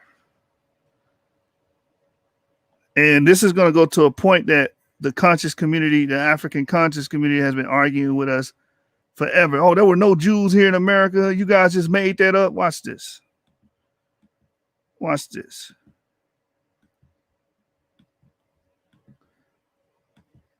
All right, so this is genetichomeland.com. And we're going to type in that Jew's paternal clade, and it's going to give us the phylogenetic tree. Look, EM96, 147, P177, what we just saw the other Jew having, is right above V38, M2. And then if you go all the way down the line, so we know this is E1B1A because V38 and M2. All the way down the line, he falls under U175 and P277. This is his clade here, CTS9954. So you had a Jew that's under the clade U175 and P277, which is E1B1A,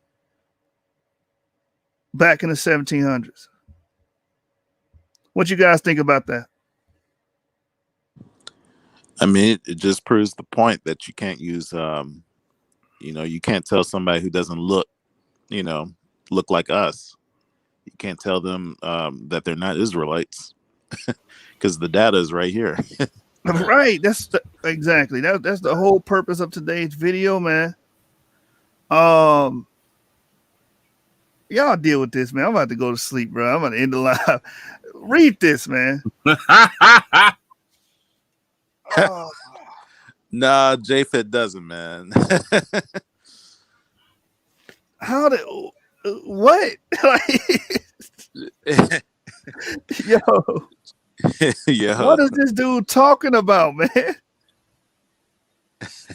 I feel like that's about to be a whole clubhouse room right there tomorrow, bro. That whole title right there. That's a whole nother show right there. Yeah. Come on, man.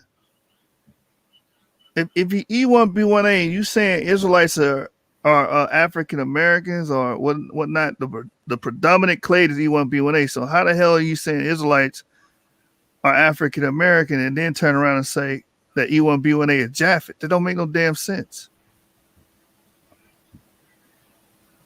Somebody said he's been talking stupid all stream.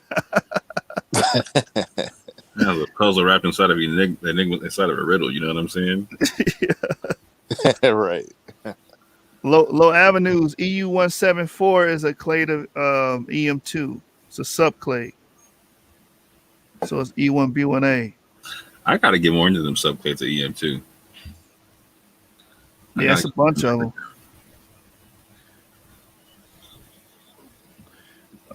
Wilson of Yah, Shalom. Quick question: is E1B1B Israel as well? I would say yes. I would say E1B1B is Israel as well. That's from my model and my perspective. What? I'm E1A. I'm a Chaldean. Right? So I'm E1A. Break that one down for me, fam. Yeah, man. I'm gonna drop the link. You have to explain that, brother. Yeah, the size of the question mark over my head is sizable, bro.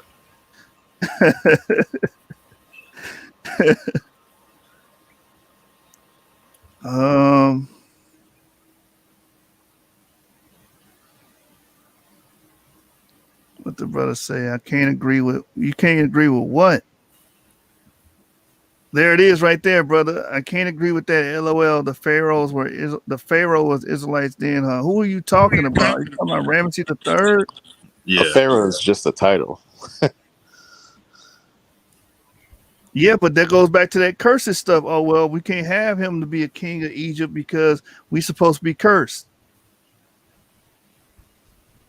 You know what I mean? That's the whole logic behind it. Oh well, how is he gonna be a pharaoh of a nation if we curse? Right. That That's what's stupid that? because we just don't you believe in the Solomonic kingdom, the Davidic Right. kingdom? Don't you believe in that? Right. Right. You know, Israelites had kingdoms too. You know, they ran kingdoms. They ran other nations also. So I mean, Yeah, and they did a lot in terms of like doing like the whole like Joseph and Daniel demonstrations where like they were running sizable portions of other people's nations and whatnot. right. So, Yeah, I mean, if it wasn't for Pharaoh himself, Joseph would have been king of Egypt. there were Israelites that were governors under the Moors in Spain and whatnot. Yeah. Yeah, that's true. That's true. Yahya ben Negro. He was one of the he was a high ranking guy in Portugal. There was a lot of that popping off in West Africa as well. Yeah. How do they address Joseph? That's a good question. How do they address Daniel? Daniel was They in a ca- high power. You know, he was in a high position. Mm-hmm. Yeah, he was. Him and a bunch of cats. He got on and then he put a bunch of other heads on. You know what I'm saying? He's like, yeah, come on through right quick. You know what I'm saying? Right. He was like, as soon as I got put on, I put my homies on. The black Yeah. you know what I'm saying? Right. I mean, wasn't Moses a prince of Egypt? You can't ignore that either. You know, he was a Levite. Oh, he hit him. Okay. Oh, wait, that's someone else saying E1A is the Dogon haplogroup, and the Dogon ancestors are the Shemitic Chaldeans. I can see that. Yeah, he said someone said E1A is Chaldean. Don't take me serious. I don't know who E1A is. Dr. Ephraim said it was Ishmael. I don't listen, Dr. Ephraim Isaac. I heard him say that E1B1B was Ham, and I'm like, bro, you teach E1B1A is Shem. And you got you got doctor in your name. I don't understand it, bro. I mean, what kind of doctor is he? He's a linguist, Trent. So He not a geneticist? no. Damn, He translated the Dr. Ephraim Isaac. He translated the Book of Enoch from Ge'ez to English and whatnot. You know what I'm saying? Like, no, he's not a geneticist. That's the same Dr. Ephraim that got on YouTube saying E1B1A is the Israelites, right? I have no idea who this guy is. Like, I know Ephraim Isaac is a linguist. Dr. Ephraim might be a whole different person. You're probably talking about Joshua ben Ephraim. I'm confusing the two. I'm sorry. No worries. Yeah, Joshua ben Ephraim. Okay, all right. Yeah. Joshua ben Ephraim said E1B1B was Ham, bro. Like, he's like, don't ask any questions. Don't ask me how E1B1B divulged from E1B1A and became Ham. I'm like, what are you talking about? That's not how genetics work. Yeah. Man. I'm not sure how you came to that conclusion. Where's the brother at? There was a question in here I wanted to address. The brother said, Yashub, could you explain more that the theory how the Afro-Asiatics came down and mixed with pygmies in West Africa?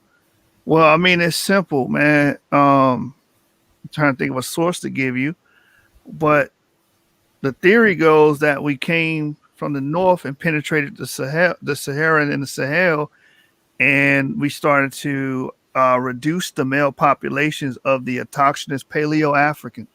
And once we did that, what do? We took their women.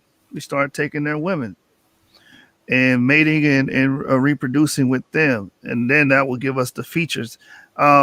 you should watch the video that the Hebrew of Israel just did on my channel.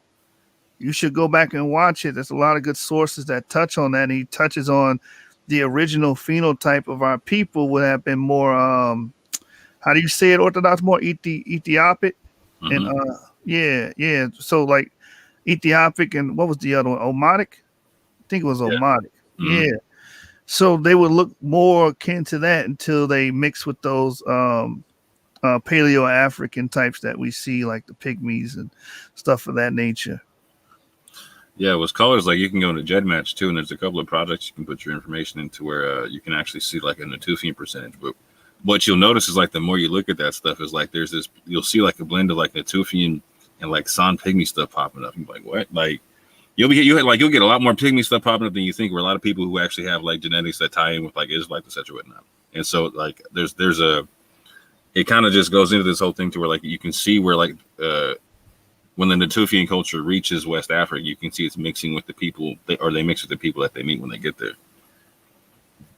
Right. Right. What y'all- Oh, go ahead, brother. You got it. Go ahead. Yeah, I had a lot of Mbuti pygmy in me. Yeah. It just showed that a lot of us, you know, it was gene flow as that migration pattern went down there. So I had a little Khoisan in me as well. Yeah, what y'all think about what you Nehemiah 13, 24, and 27. You can't marry outside of Israel and think you still Israel. I mean, Zipporah, she wasn't a part of Israel. So I need you to tell that to Boaz, right? Because his mother and his wife would take issue with that. Yeah. Right. I mean, Rahab, she was a Canaanite, Jericho. I mean, the list goes on. Too many Rehoboam. to name, actually. Yeah, Rehoboam. I mean, who else? I mean, look at Joseph. Joseph married an Egyptian. So, I mean, she's from Ham. So, I mean, you know, I mean, the woman don't carry the seed. This haplogroup that we're talking about is the seed. The seed is passed down from men, you know. I mean, if people go back to Genesis 10, it said what did it say? It said from these three all the nations were made, right? It didn't say from these three men and women. It Yeah. just said from Yeah. these three sons. Yeah, man. I think I covered it on a live before how people misconstrue Nehemiah 13, which kills his point, because in Nehemiah 13, he did not force those children to go away. And he didn't even say they weren't Israelites. So, brother, School of Skills, bro, hit that link. Come on here and explain what you meant by this, because you said you can't marry outside of Israel and think you're still Israel, but those people that did that were still Israel. I don't get it. No one is saying Solomon is not an Israelite. Yeah, who's breaking down that David and Solomon were Mamses, bro? Help me understand that. Yeah. You know what I'm saying? Come on, man.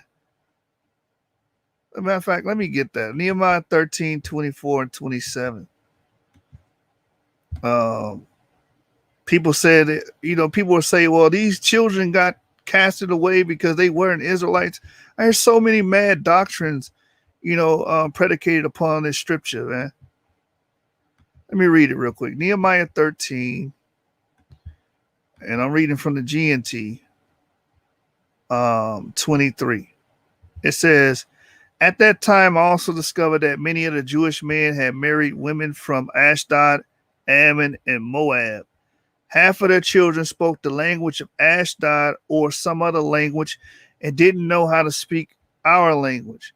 I reprimanded the men and called down curses on them, beat them, and pulled out their hair. Then I made them take an oath in God's name that never again would they or their children intermarry with foreigners. I told them it was a foreign woman that made King Solomon sin. Here was a man who was greater than any of the kings of other nations. God loved him and made him king over all Israel, and yet he fell into his sin. Are we then to follow your example and disobey our God by marrying foreign foreign women. So, what part of that did it say? Since you married a foreign woman, you are now no longer an Israelite. What part of that? Because I didn't read that. Did y'all brothers hear that in that verse? Nah, I didn't see it. I didn't see anything about the children not being Israelites.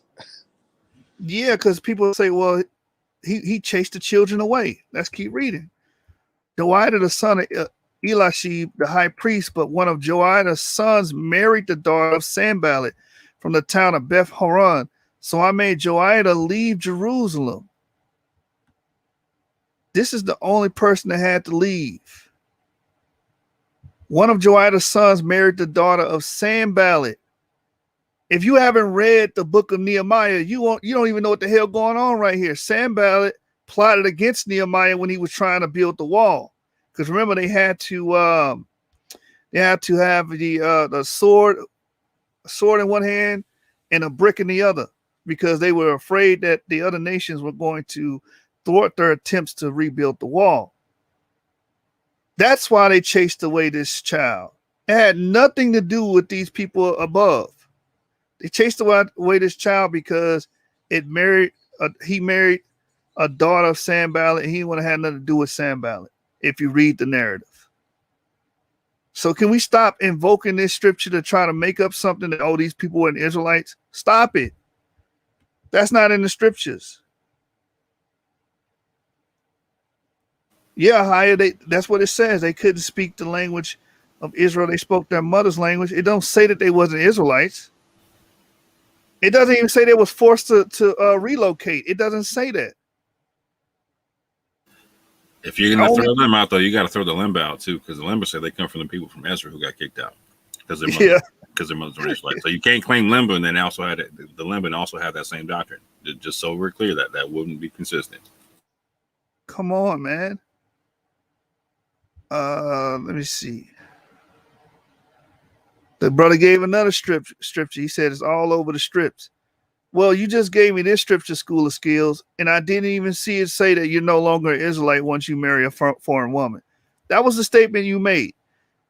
You said if you marry outside of Israel, you're no longer Israel. What? Come on, brother, stop it. Let me go to Joshua 23 and 11, man. I don't know what he's getting at with this one. What was it? Joshua 23, 11, 13. It better say you're no longer Israelite once you marry a foreign woman. All right. It says, be careful then to love the Lord your God. If you are disloyal and join with the nations that are still left among you and intermarry with them, you may be sure that the Lord your God will no longer drive these nations out as you advance. Rather, they will be as dangerous for you as a trap or pit, and as painful as a whip on your back or thorns in your eyes. And this will last until none of you are left in this good land which the Lord your God has given you. All right, brothers, what part of this verse state that once you marry a foreign woman, you are no longer Israel? Did y'all hear that? Come on, man. Yeah, man. They're not reading in context. They're not reading it at all, because I didn't hear anything that would allude to that. Right. Thank you, Nazarene. These brothers need to let go of that racism that they adopted from European colonizers. Israelites are not racist. We are a light to all the nations. That's a fact. Well, I would say that's how we should be, because I can't speak for all of us, but that's what we should strive towards. All right, man. I'm going to bed, bro. I'm not. I'll entertain one more. What's going on? I understand it says do not intermarry with them, but what you said, School of Skills, let me pull your comment back up. Let me pull it back up, brother.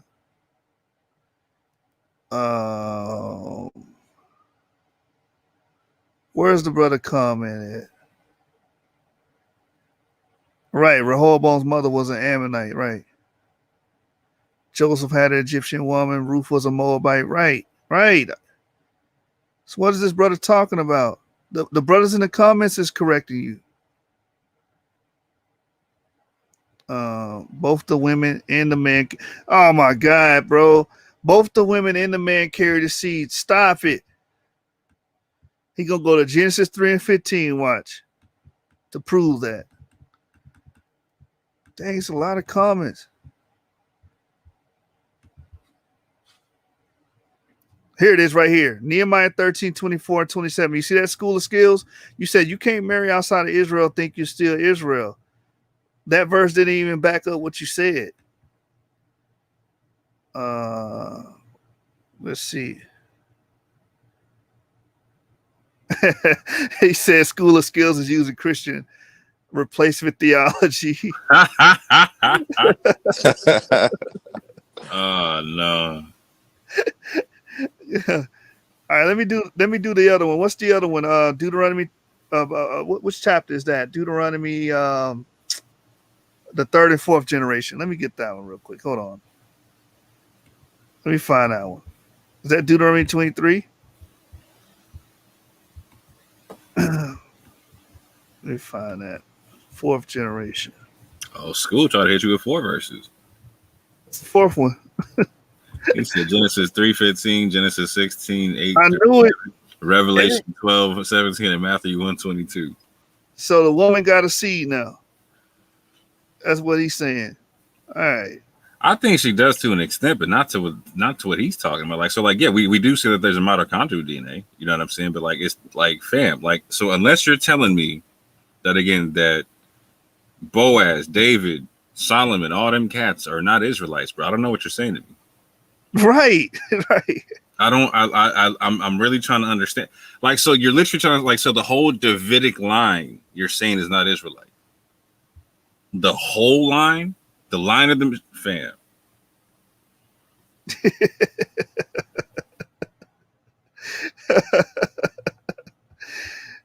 I don't get it, man. I don't get it. Where is it at? Out of the congregation. I mean, I guess they think females carry seed in their eggs. I don't know. Does the woman determine your pedigree? Third or fourth generation.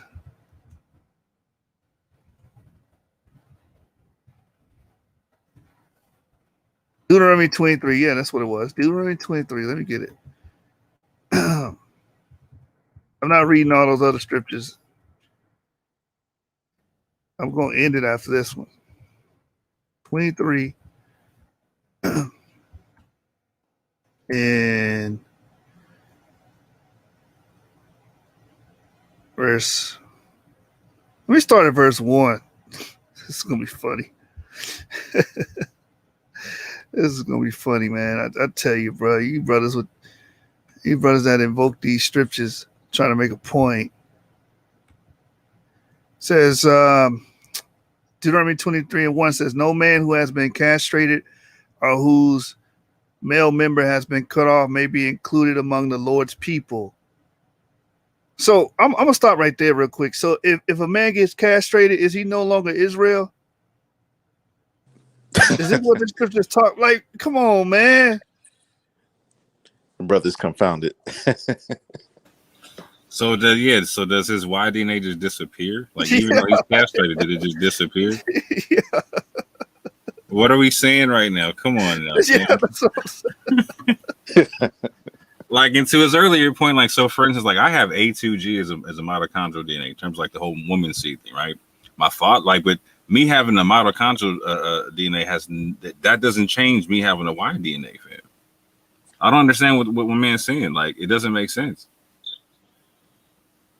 Like, yo, if the mitochondrial DNA can switch up the man's Y DNA, like, yo, that's some good work going to hell for. You know what I'm saying? Like, yo, that's crazy. Right.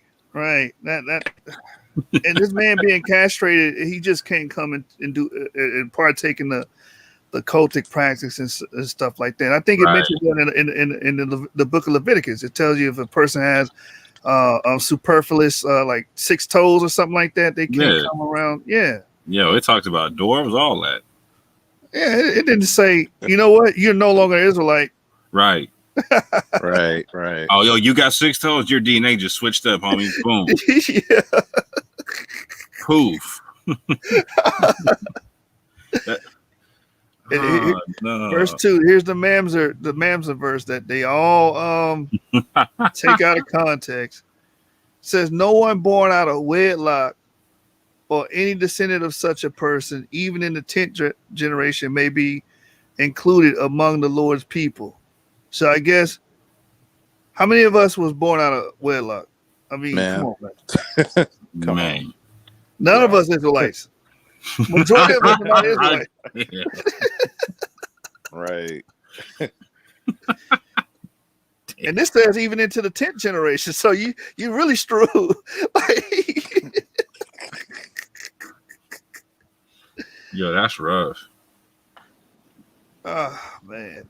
But then verse 3 gets him too still, because I'm going right back to David, you know what I'm saying, Solomon and Boaz, fam. Like, I need to understand, how does this work? Yeah. This is I don't even have to read the rest because it's like you got to address those first 2 verses, and then we can Mhm. move on. You know what I mean? Man. I'm gonna read. I'm Right. gonna read it for you know, for comedic relief. Verse 3: no Ammonite or Moabite or any of their descendants, even in the 10th generation, may be included among the Lord's people. They refused to provide you with food and water when you were on your way out of Egypt, and they hired Balaam, son of Beor, from the city of Pethor in Mesopotamia to curse you. But the Lord your God would not listen to Balaam. Instead, he turned the curse into a blessing because he loved you.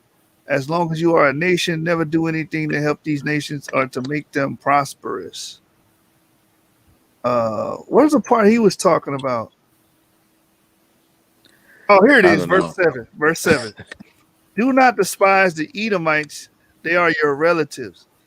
And do not despise the Egyptians, you once lived in their land. From the 3rd generation onward, their descendants may be included among the Lord's people. How the hell are you taking this verse about Edomites and Egyptians being able to be included amongst the Lord's people and saying it has something to do with, oh, well, after the 3rd and 4th generation, you can cleave back into the bloodline? What the hell? And again, being amongst the Lord's people don't mean you become them. That's why the brother said School of Skills is using Christian replacement theology. You got a DNA rapture popping off right now. Yeah. You got a spiritual haplogroup. How?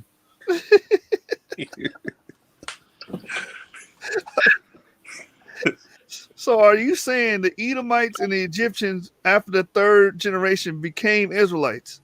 Like physical Israelites? Stop it, man. Stop it. All right, brothers. I'm done. I'm done. I'm ending this, bro. Hey. And peace and blessings. Hey, what's up with that reading rainbow joint? You know what I'm saying? Yeah. Obviously, this brother didn't read them verses, bro. I told you, man. Israel be regurgitating everything they hear in the community. They're not reading. Yeah. No, it's Butterfly in the sky, I can go twice as high. Take a look, it's in a book, a reading rainbow.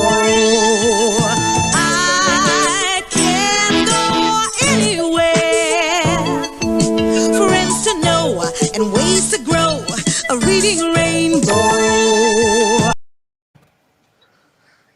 Oh, Sounds like Israeli singer. shout out to LeVar Burton.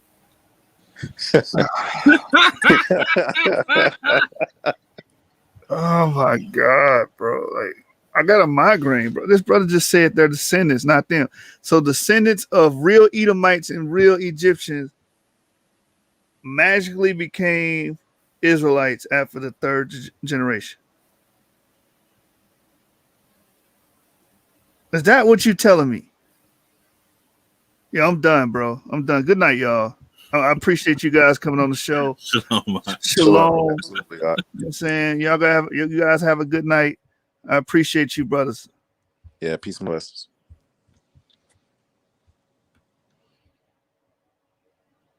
All right, I'm gonna end the show with my brother.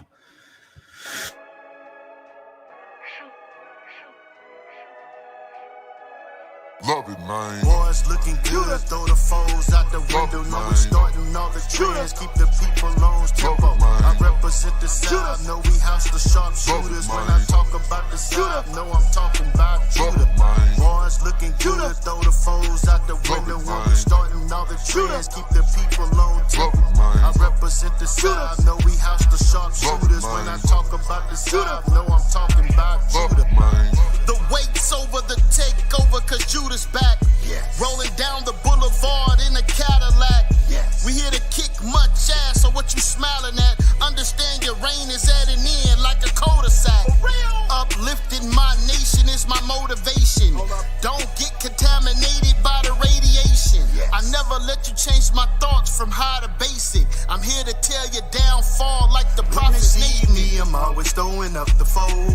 No, we go hard, I'm here to let them boys know. No, we gon' ride, and I mean for life. Can't handle Judah, cause Judah too live. We the illest nation, a target for all the hate and a spark for innovation. They follow, no hesitation. Stop your complaining, we just invading, picking up all of the labor.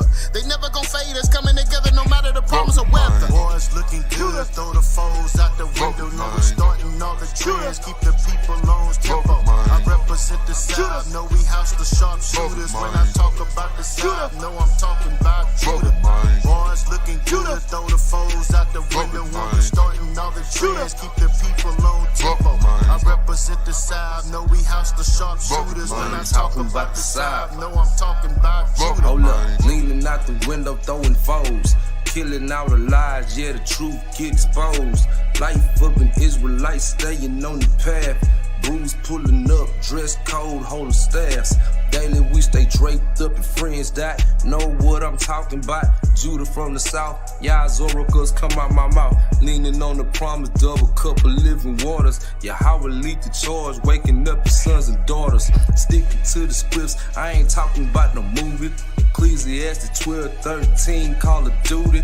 Room full of shooters, streets full of runners, calling sinners to repentance. We hear the roaring thunder, we banging on the enemy. Yahweh is the remedy, perfect with the judgments, to slump you like a Kennedy. I represent the South, righteous with maneuvers. When I'm talking Southern Kingdom, then I'm talking about Judah. Hold up. Boys looking good, throw the foes out the window. Know we starting all the trends, keep the people on tempo. I represent the South, know we house the sharpshooters. When I talk about the South, know I'm talking about Judah. Boys looking good, throw the foes out the window. When we starting all the trends, keep the people on tempo. I represent the South, know we house the sharpshooters. When I talk about the South, know I'm talking about Judah. Throw them foes up, Judah on the rise. He just trying to suppress. I roll your place shine. I pay haters no mind. Hamashiach is light. Jacob's trouble is bubbling, so Judah get it right. Repentance I'm teaching, open books so no cheating. Stop trying to find a reason, cause Christ will leave your body leaking. Your odor is reeking, yeah, the kingdom I'm seeking. Yeah, this is the fishing season. Next up is killer season. Put on the whole armor, Ephesians 6 and 11. If you're trying to make it to heaven, you gotta purse 11. Go ahead and check your reverend. Drop your idol, I mean reverend. I ain't taking shots at reverend, but really check your reverend. Judah been led astray, watching I repent and pray. Store up treasures in heaven, and Christ gon' love it, man. This is all facts, no fiction. Lyrical crucifixion. Repent for the kingdom of heaven, I forgot to mention. Boys looking good, throw the foes out the window. Know we starting all the trends, keep the people on tempo. I represent the South, know we house the sharpshooters. When I talk about the South, know I'm talking about Judah. Boys looking good, throw the foes out the window. When we starting all the trends, keep the people on tempo. I represent the South, know we house the sharpshooters. When I talk about the South, know I'm talking about Judah.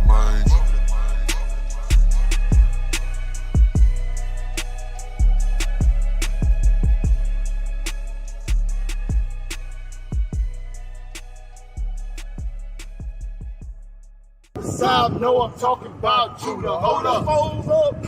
Throw them foes up. Throw them foes up. Throw them foes up. Throw them foes up. Throw them foes up. Throw them foes up. Throw them All right, shalom, man. Hit that like button, subscribe to the channel. 7 Gang, Source Gang over everything. 7 candlesticks up. I've been telling y'all, it ain't a debate. It's a stick up gang.